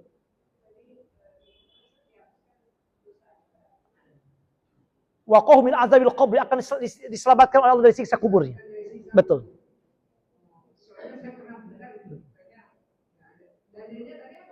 Dalil ada dari Imam At-Tirmidzi, hadis sahih. Mohon. Man mata lailatal jumu'ati au yaumal jumu'ati waqahu Allah taala min azabil qabri. Siapa yang meninggal malam Jumat atau hari Jumat, Allah akan menyelamatkan dia, menjaga dia dari siksa kubur. Itu orang yang hari Jumat meninggal dunia. Wallahu alam. Kita gak bisa demikian. Itu hak prerogatif Allah Subhanahu Wa Taala. Hak prerogatif Allah Subhanahu Wa Taala. Itu tadi yang kita bahas tadi, sisa kubur cuma beberapa. Yang lainnya banyak sekali. Intinya amal-amal soleh yang kita lakukan, insya Allah diantaranya akan menyelamatkan dari siksa kubur. Maka kata para ulama begini. Di antaranya para ulama ketika menjelaskan, Imam Al-Qurtubi ketika menjelaskan tentang siksa kubur dan nikmat kubur. Beliau mengatakan, siksa kubur itu ada yang sebab-sebab siksa kubur, ada yang sifatnya umum, ada yang sifatnya rinci. Yang sifatnya umum, semua perbuatan maksiat dan dosa kepada Allah, ingkar kepada Allah, apapun bentuknya akan mendapatkan siksa kubur. Tapi ada yang secara terperinci. Kok bisa? Karena Nabi Muhammad ada hadis-hadis khusus menyebutkan itu. Nah, di antaranya adalah kalau dia namimah atau mohon maaf membersihkan buang air kecil, buang air besarnya tidak bersih misalnya. Nah, itu di antaranya. Termasuk nikmat kubur juga demikian. Orang-orang yang akan diselamatkan oleh Allah dari siksa kubur dan mendapatkan nikmat kubur, diselamatkan oleh Allah dari siksa kubur, secara umum semua amal soleh. Baca Quran kita, infak sedekah kita, atau hal-hal yang lain. Hanya ada yang serinci. Loh, kenapa serinci? Karena Nabi Muhammad menyebutkan khusus dalam hadis-hadisnya. Nah, di antaranya kalau orang yang meninggal pada hari Jumat atau malam Jumat. Meskipun ini tidak hanya itu. Tidak hanya itu, tapi amal-amal soleh yang lain juga tidak menutup kemungkinan termasuk di antara yang akan menyelamatkan kita dari siksa kubur. Yang jelas, kalau orang beriman, kata para ulama, kalaupun harus disiksa di kuburnya, sifatnya muaqqat sementara. Gak selama-lamanya. Kalau yang ingkar Allah selama-lamanya sampai hari kiamat datang nanti. Nah, apakah dijamin dia akan diselamatkan dari siksa kubur? Wallahu a'lam. Karena itu memang adalah hak prerogatif Allah Subhanahu wa taala. Hanya Allah tidak akan menyalahi janjinya. Nah, jadi selama kita melaksanakan ketaatan kepada Allah Subhanahu wa taala. Demikian wallahu a'lam bissawab. Ada Ibu, silakan Ibu, Bang Abu. Tadi Ustaz katakan kalau yang sudah meninggal itu rohnya bisa bertemu kepada kita yang masih hidup dalam mimpi Ustaz. Betul. Nah, pertanyaannya dalam rangka apa ya Ustaz roh itu bertemu di dalam mimpi? Apakah minta didoakan? Apakah kangen begitu saja? Betul. Nah, begitu. Kemudian apakah kalau orang yang mau meninggal itu Ustaz, saat itu saya perhatikan manggil-manggil orang yang sudah terdahulu, yang sudah meninggal, berapa itu apakah ada kunjungan roh itu sendiri mau menjemput beliau kembali atau bagaimana? Yang ketiga yang saya satu mau Ustaz, apakah kita pernah mendengar itu ditampakkan wajah malaikat Israel itu begitu besar sampai saya pernah melihat ketika mau sakaratul maut itu kayak melihat sesuatu yang tidak biasa, yang tidak pernah dilihat. Apakah dia sedang melihat malaikat Israel? Saya pikir begitu. Betul. Barakallahu fiik. Pertanyaan luar biasa Ibu. Jazakillah khairan katsiran. Allah yubarik fiik wa jazakillah khairan. Pertama, para ulama mengatakan betul. Ini apa disampaikan oleh para ulama dalam tafsir-tafsirnya. Mulai Imam At-Tabari, Al-Qurtubi, Ibnu Katsir dan yang lainnya. Ketika menafsirkan firman Allah dalam surat Az-Zumar ayat ke-40, ayat ke-42. Ayat ke-42. Allahu yatawaffal anfusa hina mautiha wallati lam tamut fi manamiha. Fayumsikul lati qada 'alaiha al-mauta wa yursil ukhra ila ajalim musamma. Allah di sini dalam ayat ini menyebutkan tidur itu sebagai mati. Allahu yatawaffal anfus hina mautiha wallati lam tamut fi manamiha. Jadi makanya para ulama mengatakan tidur itu adalah an-naumu akhul mauti. Tidur itu adalah saudaranya kematian. Demikian. Makanya doanya kalau kita mau tidur apa coba Bapak Ibu? Mau tidur. Bismika Allahumma ahya wa amut. Tuh disebutkan. Dengan menyebut nama Allah saya hidup dan saya mati. Doa bangun tidur apa Bapak Ibu? Alhamdulillahilladzi ahyana ba'dama amatana wa ilaihi nusyur. Segala puji bagi Allah yang telah menghidupkan aku setelah mematikan aku. Tidur. Nah, ketika menafsirkan ayat ini, para ulama menjelaskan, mengutip banyak pendapat dari para sahabat, yang tadi Ibnu Abbas, bahwa ayat ini mengatakan Allah kan mematikan orang ketika tidur dan ketika yang memang sudah meninggal dunia. Lalu kata Ibnu Abbas, ketika orang sedang tidur ini ruhnya dia naik, kemudian yang sudah meninggal dunia, ruhnya juga bertemulah dia antara yang sudah meninggal dunia dengan yang masih hidup, yang tadi tidur badannya tadi, melalui mimpi. Jatuhlah mimpi, dan itulah pertemuan dengan mereka. Dan kata Ibnu Sirin, di antaranya seorang ulama yang paling dikenal dengan mufassirul ahlam, yang pandai menafsirkan mimpi. Kalau mimpi dengan orang yang sudah meninggal dunia, dengan catatan kita ingat terus. Dan biasanya kalau kita mimpi dengan orang meninggal dunia kan ingat terus. Detail, bertahun-tahun ingat terus. Itu mimpi yang benar. Artinya bertemu dengan mereka. Lalu apa tujuannya? Ibnu Qayyim al-Jauziyah dalam kitab Ar-Ruh mengatakan, boleh setelah menjelaskan banyak hadis, boleh mengatakan di antara tujuan mimpi itu kadang ada yang menyampaikan pesan, ada yang mengatakan wasiat, ada yang menyampaikan tentang hutang yang belum dibayar. Ya, ada banyak pesan. Atau ada yang meminta untuk didoakan. Atau menunjuk anak salah satunya yang dia jauh misalnya dari Allah. Ingin diingatkan. Biasanya datang kepada orang yang terdekatnya. Meskipun kata para ulama, jarang seorang suami yang sudah meninggal dunia, mimpinya itu datang kepada istrinya. Jarang. Karena memang kalau sudah meninggal dunia udah bukan istrinya lagi. Apalagi istrinya bisa menikah dengan yang lainnya. Biasa datang kepada putranya, yang dekatnya, putrinya, atau mungkin kakaknya, atau mungkin temannya juga. Bisa pesan ibu, bisa pesan, berupa pesan, tolong disampaikan. Ini disebutkan oleh para ulama banyak banget. Imam Baihaqi punya kitab itu, Ibnu Abi Dunya punya kitab itu, menyebutkan kisah-kisah dari ulama dahulu, masa sahabat, tabi'in, dan setelahnya, mereka yang bermimpi bertemu dengan orang yang sudah meninggal dunia yang berupa pesan. Ada juga yang menitipkan anak-anak. Misalnya contoh-contoh konkret Bapak Ibu. Ibu saya misalnya, kakak saya udah meninggal dunia. Dulu udah lama. Dia punya anak masih kecil. Ibu saya bilang waktu saya dari Mesir pulang saat itu karena kakak meninggal dunia. Kata ibu saya bilang, ibu saya udah meninggal juga. Barusan katanya, mak mimpi ketemu lancet kakak kamu.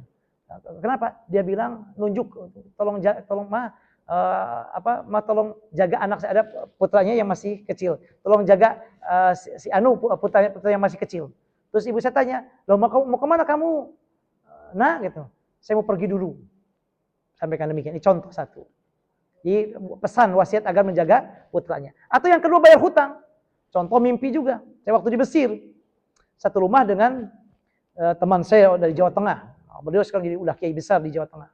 Beliau cerita, tinggal kami di Kairo. Beliau nyampaikan, saya katanya bermimpi ketemu guru saya. Kenapa gurunya? Udah berapa kali. Dia datang dalam keadaan gak bicara apa-apa, tapi wajahnya tidak berseri. Maksudnya wajah bersedih. Pakaiannya kusut. Kusut putih, kain kapannya kusut gak jelas. Diam aja, cuma dia yang nunjuk aja ke bajunya itu, ke badannya gitu aja. 2 hari. Besoknya mimpi 3 hari lagi. Saya bilang ya udahlah kita tanya aja yuk ke sana, ke dekat Masjid Sayyidah Nafisah. Saya bilang di sana banyak ulama yang ya siapa tahu ada yang bisa mengartikan mimpi di sana. Datang ke sana. Ditanyakan, ada orang Mesir, syekh di sana. Persis dekat kuburan Ibnu Sirin tadi. Ibnu Sirin di kuburannya di dekat di Kairo dekat Sayyidah Nafisah. Kemudian dari Sayyidah Atika dan juga Sukainah dan seterusnya banyak sekali kuburan keluarga Rasulullah SAW di sana. Ahlul Bait. Kemudian kata beliau, kalau begitu coba tanya aja ke keluarga dia tentang kain kafannya. Oh baik, akhirnya di SMS ke keluarganya tentang kain kafannya. Selama ngobrol soal kain kafannya, udah gak ada masalah. Lama kelamaan ditanya lagi. Ada yang bilang, sebentar ini kain kafannya dari mana? Pokoknya intinya setelah lama-lama barulah ketahuan ternyata kain kafannya belum dibayar.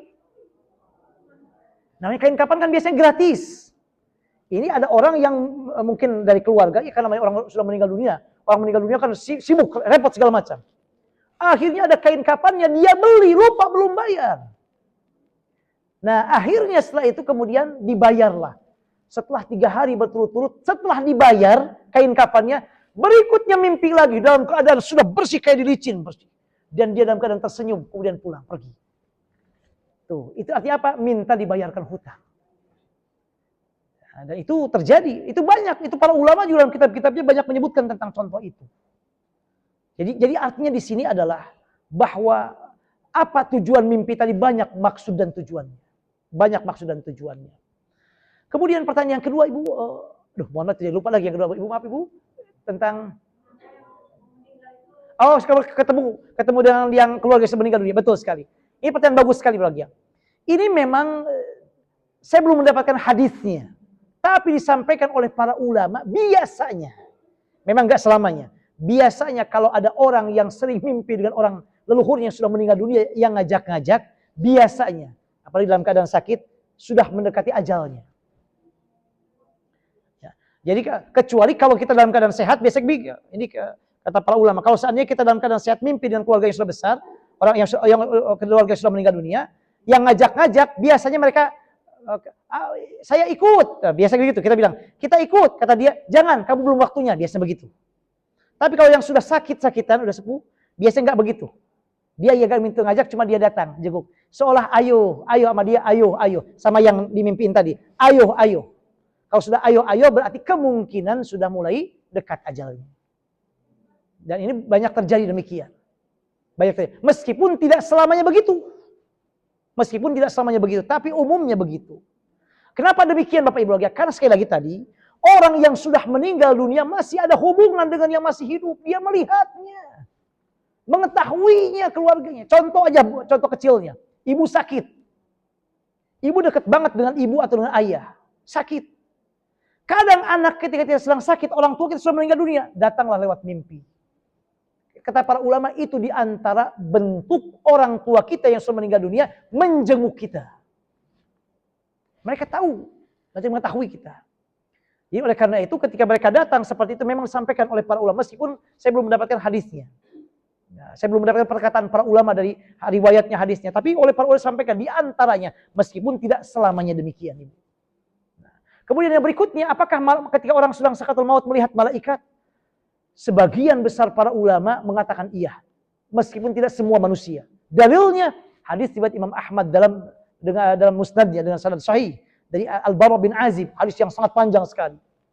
Sampaikan di dalam hadis tersebut, ketika seorang sudah mau meninggal dunia, maka datanglah para malaikat dalam jumlah yang sangat banyak sekali. Kalau mayatnya orang yang soleh, orang mukmin yang soleh, mereka membawa kain kafan dari surga, mereka membawa wangi-wangian dari surga, duduk sejauh mata memandang.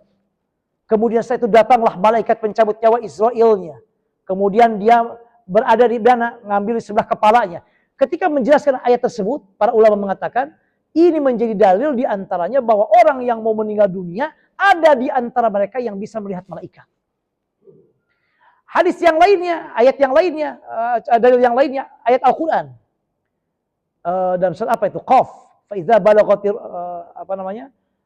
Faiza balaghatil hulqum wa antum hina idzin tanzurun wa nahnu aqrabu ilaihi minkum walakin la tubsirun wa nahnu aqrabu minkum ilaihi wa antum tanzurun. Nah, ketika wa antum tanzurun, jadi ketika menjelaskan ayat tersebut menjelaskan tentang detik-detik ruh mau keluar dari badan kita, yang sakaratul maut. Kemudian sudah sampai hukum tenggorokan. Pada saat wa antum tanzurun, pada saat itu kalian melihat.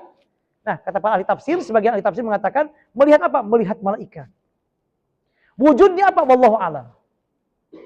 Yang jelas malaikat bukan kayak manusia. Enggak punya jirm, enggak. Ruh, hanya malaikat bisa membentuk menjadi manusia. Jadi badan siapa misalnya. Seperti pada masa Rasulullah SAW ada sahabat yang dijelmain oleh malaikat. Atau ketika perang Badar, para sahabat melihat ada pasukan-pasukan berwarna putih-putih. Padahal dia adalah malaikat. Jadi apakah saat itu melihatnya seperti apa? Wallahu a'lam. Yang jelas betul. Tidak menutup kemungkinan ada sebagian orang, meskipun enggak semuanya, ada orang-orang yang akan meninggal dunia bisa melihat malaikat. Apakah malaikat pencabut nyawa atau yang lainnya? Wallahu a'lam. Hanya bisa melihat malaikat. Makanya kalau kita sering menghadiri orang yang sedang sakaratul maut, nah makanya Bapak Ibu sering-sering menghadiri tersebut. Saya termasuk agak sering suka mendampingi yang sudah mau sakaratul maut. Suka banyak yang aneh-aneh. Tapi itu bukan aneh-aneh, bukan ngigo, bukan segala macam, bukan dia bicara ngelantur, bukan. Memang itu yang dilihatnya. Karena kata para ulama pada saat itu Allah memberikan detik-detik kekuatan-kekuatan yang Allah gak berikan waktu dia sehatnya.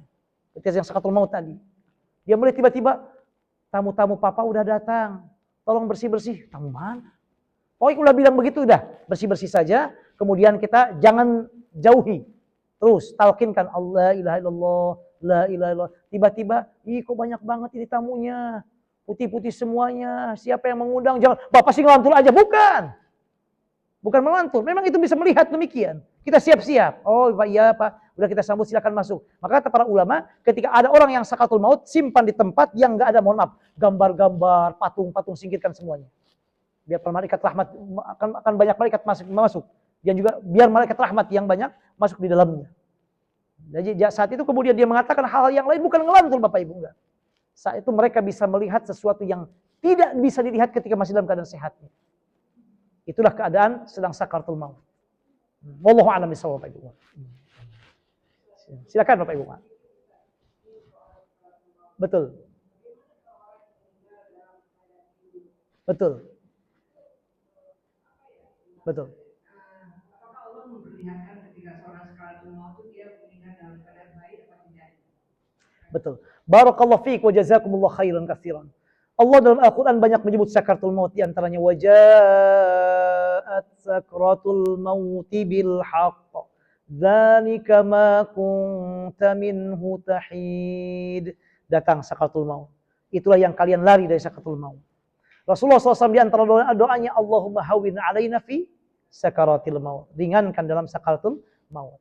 Para ulama mengatakan dengan sabda Rasulullah SAW bahwa orang sebelum dia meninggal dunia, itu dia sudah diperlihatkan oleh Allah tempatnya nanti kalau dia sudah meninggal. Apakah surga atau neraka? Apakah min ahli na'im atau min ahli jahim? Ya Allah sudah tunjukkan di detik-detik ketika mau meninggal dunianya. Diperlihatkan dia apakah ke nanti tempatnya mendapatkan nikmat atau mendapatkan siksa. Dan ini kata para ulama berlaku untuk semua orang yang meninggalnya apapun keadaannya. Mau sedang tidur, mau kecelakaan, mau di pesawat hancur, enggak. Itu menurut kita dia tidur, enggak ingat apa-apa. Tapi ingat ketika berkaitan dengan alam ruh ada alam yang kita tidak mengetahuinya. Ada orang sedang tidur, dia dikatakan koma, enggak ingat apa-apa. Kata para ulama itu enggak koma, dia masih hidup. Hatinya masih hidup. Jangan ditinggalkan. Terus dengan ayat-ayat Al-Quran. Ya sekalipun dia meninggalnya dalam keadaan tidur misalnya. Apakah dia melihat sakaratul maut? Merasakan sakaratul maut? Merasakan sakaratul maut. Apakah dia kemudian merasakan malaikat? Merasakan malaikat datang. Meskipun dia dalam keadaan tidur. Meskipun dia dalam keadaan koma bertahun-tahun. Koma bertahun-tahun gak ingat. Dia ikan sakaratul maut juga. Meskipun dia meninggalnya, ini mohon maaf, naudzubillah, hancur karena pesawat misalnya. Dimakan ikan langsung, dibom langsung hancur berkeping-keping, merasakan tetap. Waja'at sakratul mauti bil haqq dzalika ma kunta minhu tahid wa nufikha fi sur ila akhir ayat. Nah itu jadi semua berlaku untuk itu semuanya. Wallahu a'lam bishawab. Silakan Bapak Ibu kalau ada mohon. Oh.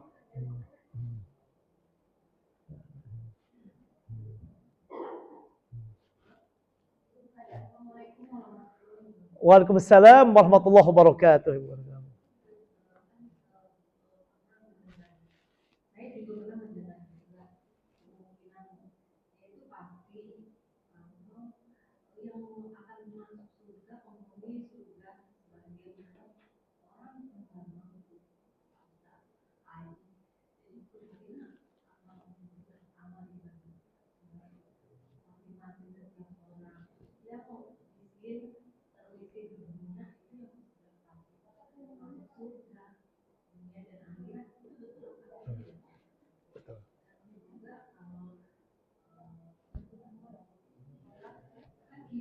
Betul.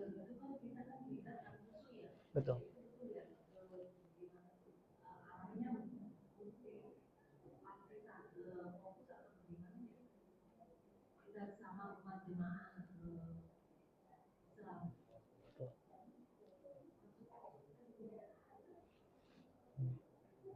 Betul.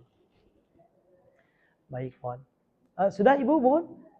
Barakallahu fiik wa jazakillah khairan katsiran. Sangat bagus sekali Ibu, barakallahu fiik.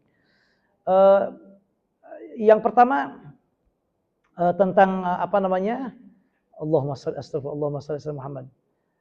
Tentang umat muslim yang apa Ibu? Maaf Ibu. Oh, yang miskin. Orang miskin apakah yang paling banyak masuk ke dalam surga? Betul ada riwayat demikian. Hanya kata para ulama. Allah Subhanahu wa taala berfirman dalam Al-Qur'an, "Man 'amila sholihan min dzakarin aw untha wa huwa mu'min." Siapa yang beramal soleh, laki-laki atau perempuan. Enggak disebutkan kaya atau miskinnya. Intinya dia beramal soleh. Misalnya ayat yang lain, "Walladzina amanu wa 'amilus sholihati," yang beriman dan beramal soleh. Kemudian juga innal insana lafi khusr illa ladzina amanu wa 'amilus sholihati. Beriman, beramal soleh, wa tawassaw bil haqq wa tawassaw bis sabr. Jadi enggak disebutkan apakah dia miskin atau kayanya.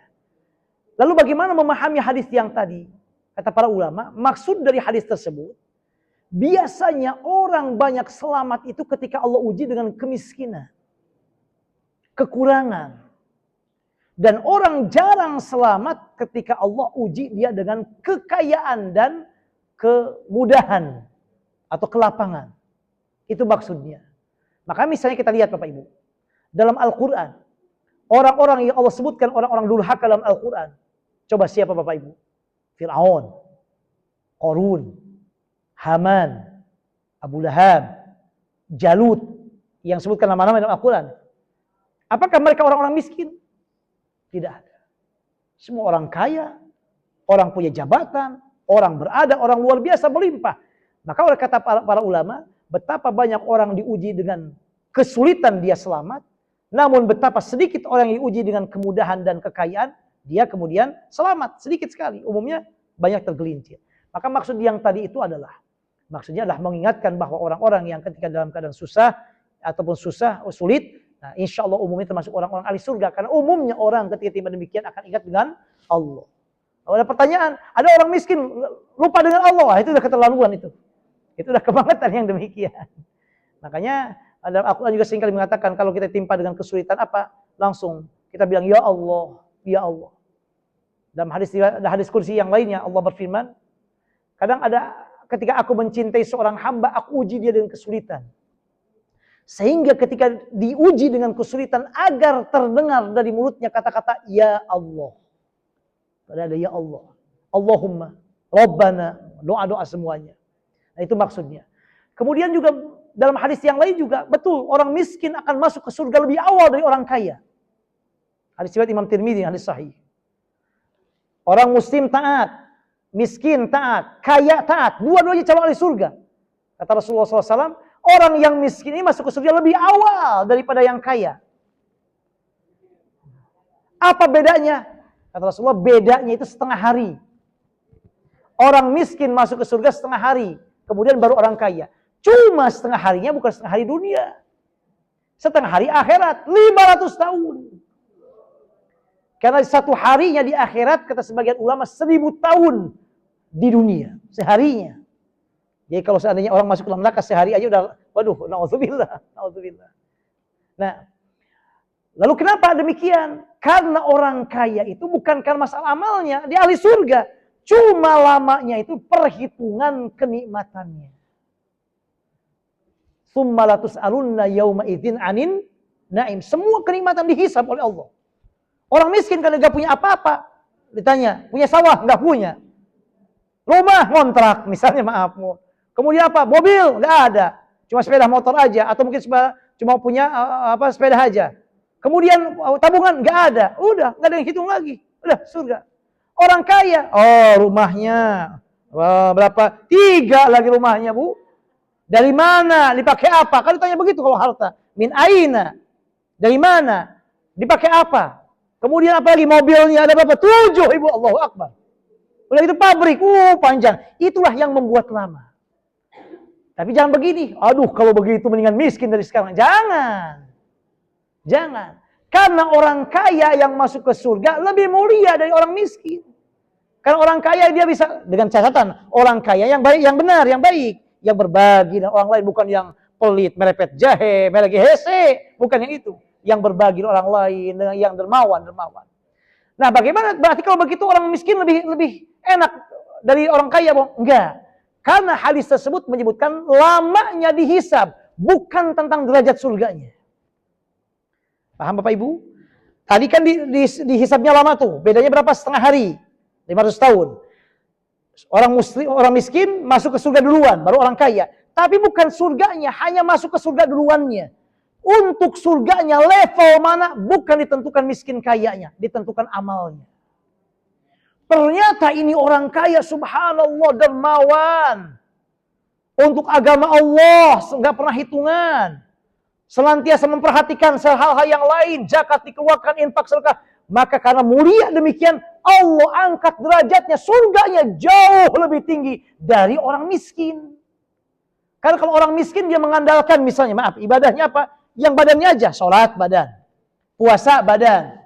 Giliran haji gak bisa, umroh gak bisa karena perlu uang. Orang kaya, sholat iya, puasa iya, zakat iya, haji iya, umroh iya, lebih banyak. Lebih tinggi derajat surganya. Maka oleh karena itu, patokan dalam agama kita, surga dan neraka, surga ini tingkatan dan yang lainnya, bukan dengan miskin kayanya, tapi dengan apa? Amal perbuatannya. Maka Allah contohkan para nabi dan rasul, semua ada yang kaya dan miskin. Coba siapa Bapak Ibu yang orang nabi yang kaya? Nabi Sulaiman. Nabi Sulaiman bukan hanya kaya, raja lagi Bapak Ibu. Jadi nabi mungkin dari raja, mungkin. Gak mesti nabi itu orang miskin, enggak. Siapa lagi yang raja lagi Bapak Ibu? Ayahnya Nabi Sulaiman siapa? Nabi Daud alaihissalam, raja juga. Bahkan ahli bahasa tuh Nabi Sulaiman. Gak tanggung-tanggung bahasanya. Bahasa semut juga paham. Bahasa apa? Bahasa hewan paham. Pasukannya bukan hanya manusia, jin juga tunduk. Angin juga tunduk. Ada nabi yang biasa-biasa. Siapa yang sederhana? Nabi Zakaria, tukang kayu. Nabi Isa biasa. Nabi Yahya biasa. Ada yang menengah, ada. Jadi ada semua nabi. Jadi artinya patokannya dalam amal kita. Betul sekali, orang miskin dalam hisabannya lebih awal ke surganya karena tidak banyak dihisab dari segi kekayaannya. Demikian Ibu. Wallahu a'lam bishawab. Oh, yang kedua tadi apa Bu ya? Yang tadi ada yang kedua ya Bu ya? Tentang kiblat.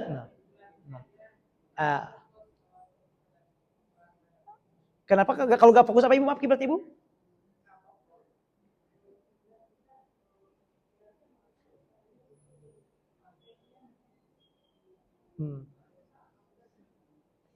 Bon.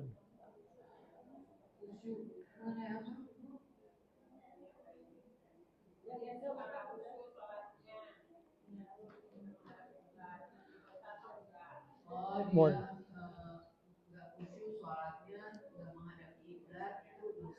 Oh, Masya Allah, pertanyaan bagus sekali. Gak khusyuk sholatnya karena gak menghadap kiblat. Pertama, menghadap kiblat itu termasuk syarat sah sholatnya. Artinya kita sholat ini pastikan sebelum kita sholat, pastikan kiblatnya kemana.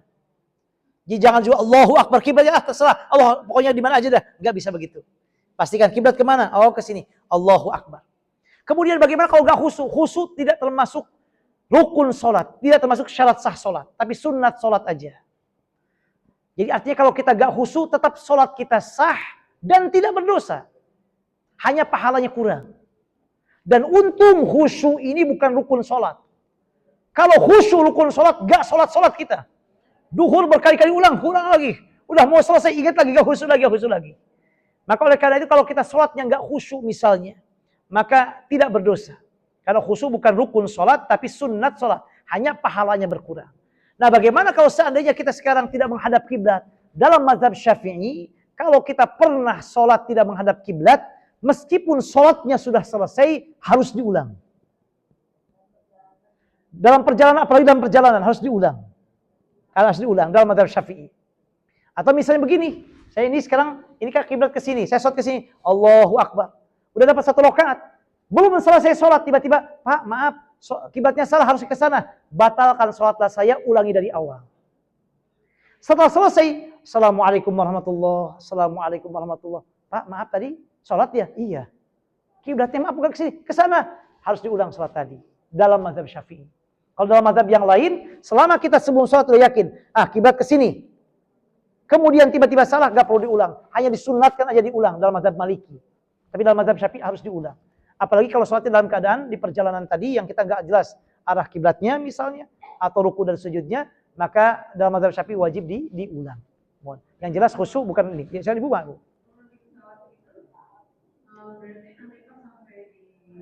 Betul. Ini pertanyaan bagus sekali Bapak lagi ya. Sholat di atas pesawat. Dalam mazhab Syafi'i betul. Dalam mazhab Syafi'i harus diulang lagi. Sholat yang dilakukan tidak memenuhi rukun dan syurutnya, begitu sampai wajib diulang. Tapi kita pas waktunya sholat untuk menghormati waktunya. Misalnya di pesawat ini, kita sampai transit itu nggak mungkin, sampainya maghrib. Kita di pesawat duhur dan asar, sholat aja duhur dan asar, karena nggak bisa duhur, asar, maghrib, 3 waktu nggak bisa. Duhur, asar kita sholat di pesawat. Begitu sampai di tempat tujuan, duhur dan asar dan pesawat tadi wajib diulang dalam mazhab Syafi'i. Dalam mazhab yang lain tidak perlu diulang. Loh, kenapa wajib diulang? Karena banyak rukun yang tidak terpenuhi, banyak syarat sah sholat yang dipenuhi. Menghadap kiblat tidak. Berdiri dalam sholat wajib kan harus. Kita malah duduk, padahal kita bisa berdiri. Ruku kita tidak sempurna. Sujud kita tidak sempurna. Itu dalam mazhab Syafi'i demikian. Nah, ibu-ibu bagaimana? Kalau ibu mengambil mazhab Syafi'i silakan, enggak pun enggak apa-apa. Kata ibu, saya mengambil mazhab Syafi'i, diulang, lebih bagus. Enggak, saya seperti yang lain karena udah capek dan sebagainya, tidak apa-apa. Jadi kalau seandainya diulang juga nggak apa-apa karena ibu sudah sholat pada waktunya. Mengambil mazhab yang lain selain mazhab Syafi'i. Silakan Ibu. Betul. Betul. Betul. Pertanyaan bagus sekali Ibu, barakallahu fiik wa jazakillah khairan katsiran. Memang saya belum mendapatkan disampaikan oleh para ulama hadis-hadis yang berkaitan dengan hal itu. Hanya memang itu disampaikan oleh para ulama juga kejadian-kejadian yang terjadi sejak dahulu kala. Meskipun itu bukan satu-satunya ukuran bahwa setiap orang mau meninggal dunia ada tanda-tandanya, tidak mesti. Hanya memang banyak terjadi, disampaikan oleh para ulama dahulu kala juga. Terkadang ada sesuatu yang dia lakukan yang tidak normal umumnya dia lakukan. Ini biasanya orang ini gak pernah salaman, tiba-tiba pas pengajian salaman semuanya. Satu-satu salaman, ini gak pernah, orang itu gak pernah salaman. Salaman terus, seminggu berikutnya meninggal dunia. Ada yang demikian. Meskipun tidak selamanya. Tapi jangan begini, wah ini ibu ini salaman terus kan. Oh jangan. Enggak. Jangan. Ada demikian. Ada juga orang gak pernah silaturahim, tiba-tiba silaturahim terus. Kunjungi keluarganya, datang. Ini orang aneh-aneh gak jarang-jarang. Tiba-tiba terdengar kabar, kemudian meninggal dunia. Ada yang demikian. Itu di antara tanda-tanda. Namun yang jelas, gak ada waktunya. Enggak mesti 100 hari, 40 hari, tidak demikian. Jadi mungkin ada sehari, ada 2 hari, ada mungkin lebih dari itu. Namun yang jelas adalah bahwa persiapan akan kematian itu harus sudah kita siapkan. Dan ya tidak perlu kita menunggu tanda-tanda tersebut, jadi kita siapkan kapan saja. Ya, artinya kita yakin bahwa kematian kalau sudah waktunya tidak bisa kita pundurkan, tidak kita bisa pajukan. Jadi kita siap saat kapanpun juga, sehingga ketika tamu itu datang kita sudah ahlan wasalan, sudah siap menerimanya. Namun tadi betul disampaikan oleh para ulama, meskipun belum ada hadisnya yang menyatakan demikian. Mohon. Wallahu a'lam bishawab. Oh gitu, baik. Baik para rakyat, mari kita sama-sama berdoa kepada Allah SWT. Mudah-mudahan Allah mengabulkan doa kita pada kesempatan pagi ini. Allahumma salli ala sayyidina Muhammad wa ala alihi wa sahbihi wa barik wa sallim ajma'in. Amin. Alhamdulillah rabbil alamin hamdan na'imin hamdan syakirin. Allahumma salli ala sayyidina Muhammad fil awwalin wa sallim ala sayyidina Muhammad fil akhirin wa sallim ala sayyidina Muhammadin fil mala'il a'la ila yaumiddin. Allahumma ighfir lana wa liwalidina warhamhum kama rabbawna shighara. ولجميع المسلمين والمسلمات والمؤمنين والمؤمنات الأحياء منهم والأموات إنك سميع قريب مجيب دعوات يا قاضي الحاجات اللهم اغفر لنا وأنت خير الغافرين وارحمنا وأنت خير الراحمين وعافنا واعف عنا وأنت خير العافين وارزقنا وأنت خير الرازقين وأفضل علينا وأنت خير المفضلين وتوفنا مسلما والحقنا بالصالحين اللهم إنا نسألك رضاك والجنة ونعوذ بك من سخطك والنار اللهم هون علينا في سكرات الموت اللهم هون علينا في سكرات الموت اللهم هون علينا في سكرات الموت اللهم ارزقنا حسن الخاتمة اللهم ارزقنا حسن الخاتمة اللهم ارزقنا حسن الخاتمة ونعوذ بك من سوء الخاتمة برحمتك يا أرحم الراحمين لا تدعنا في هذا المقام ذنبا إلا غفرته ولا مريضا إلا شفيته ولا ميتا إلا رحمته ولا هما إلا فرجته ولا طالب علم إلا وفقته ولا حاجة من حوائج الدنيا والآخرة إلا قضيتها ويسرتها يا الله يا رب العالمين وصلى الله على محمد وعلى آله وصحبه وبارك وسلم والحمد لله رب العالمين. Alhamdulillah, masyaallah. Kita telah sama-sama mendengarkan apa yang disampaikan oleh Ustaz Dr. Ayu Saifullah LCMA. Masyaallah luar biasa. Semoga kita semua nanti terhindar dari siksa. Amin, Allahumma amin ya Rabb. Amin, amin, Allahumma amin. Amin. Terima kasih atas ilmu yang disampaikan. Insyaallah sangat bermanfaat untuk kita semua. Semoga Allah Subhanahu wa taala memberi kebaikan. Amin. Amin. Amin. Barakallahu fiik wa iyyakum. Terima kasih pada ibu-ibu yang telah hadir. Insyaallah silaturahim kita akan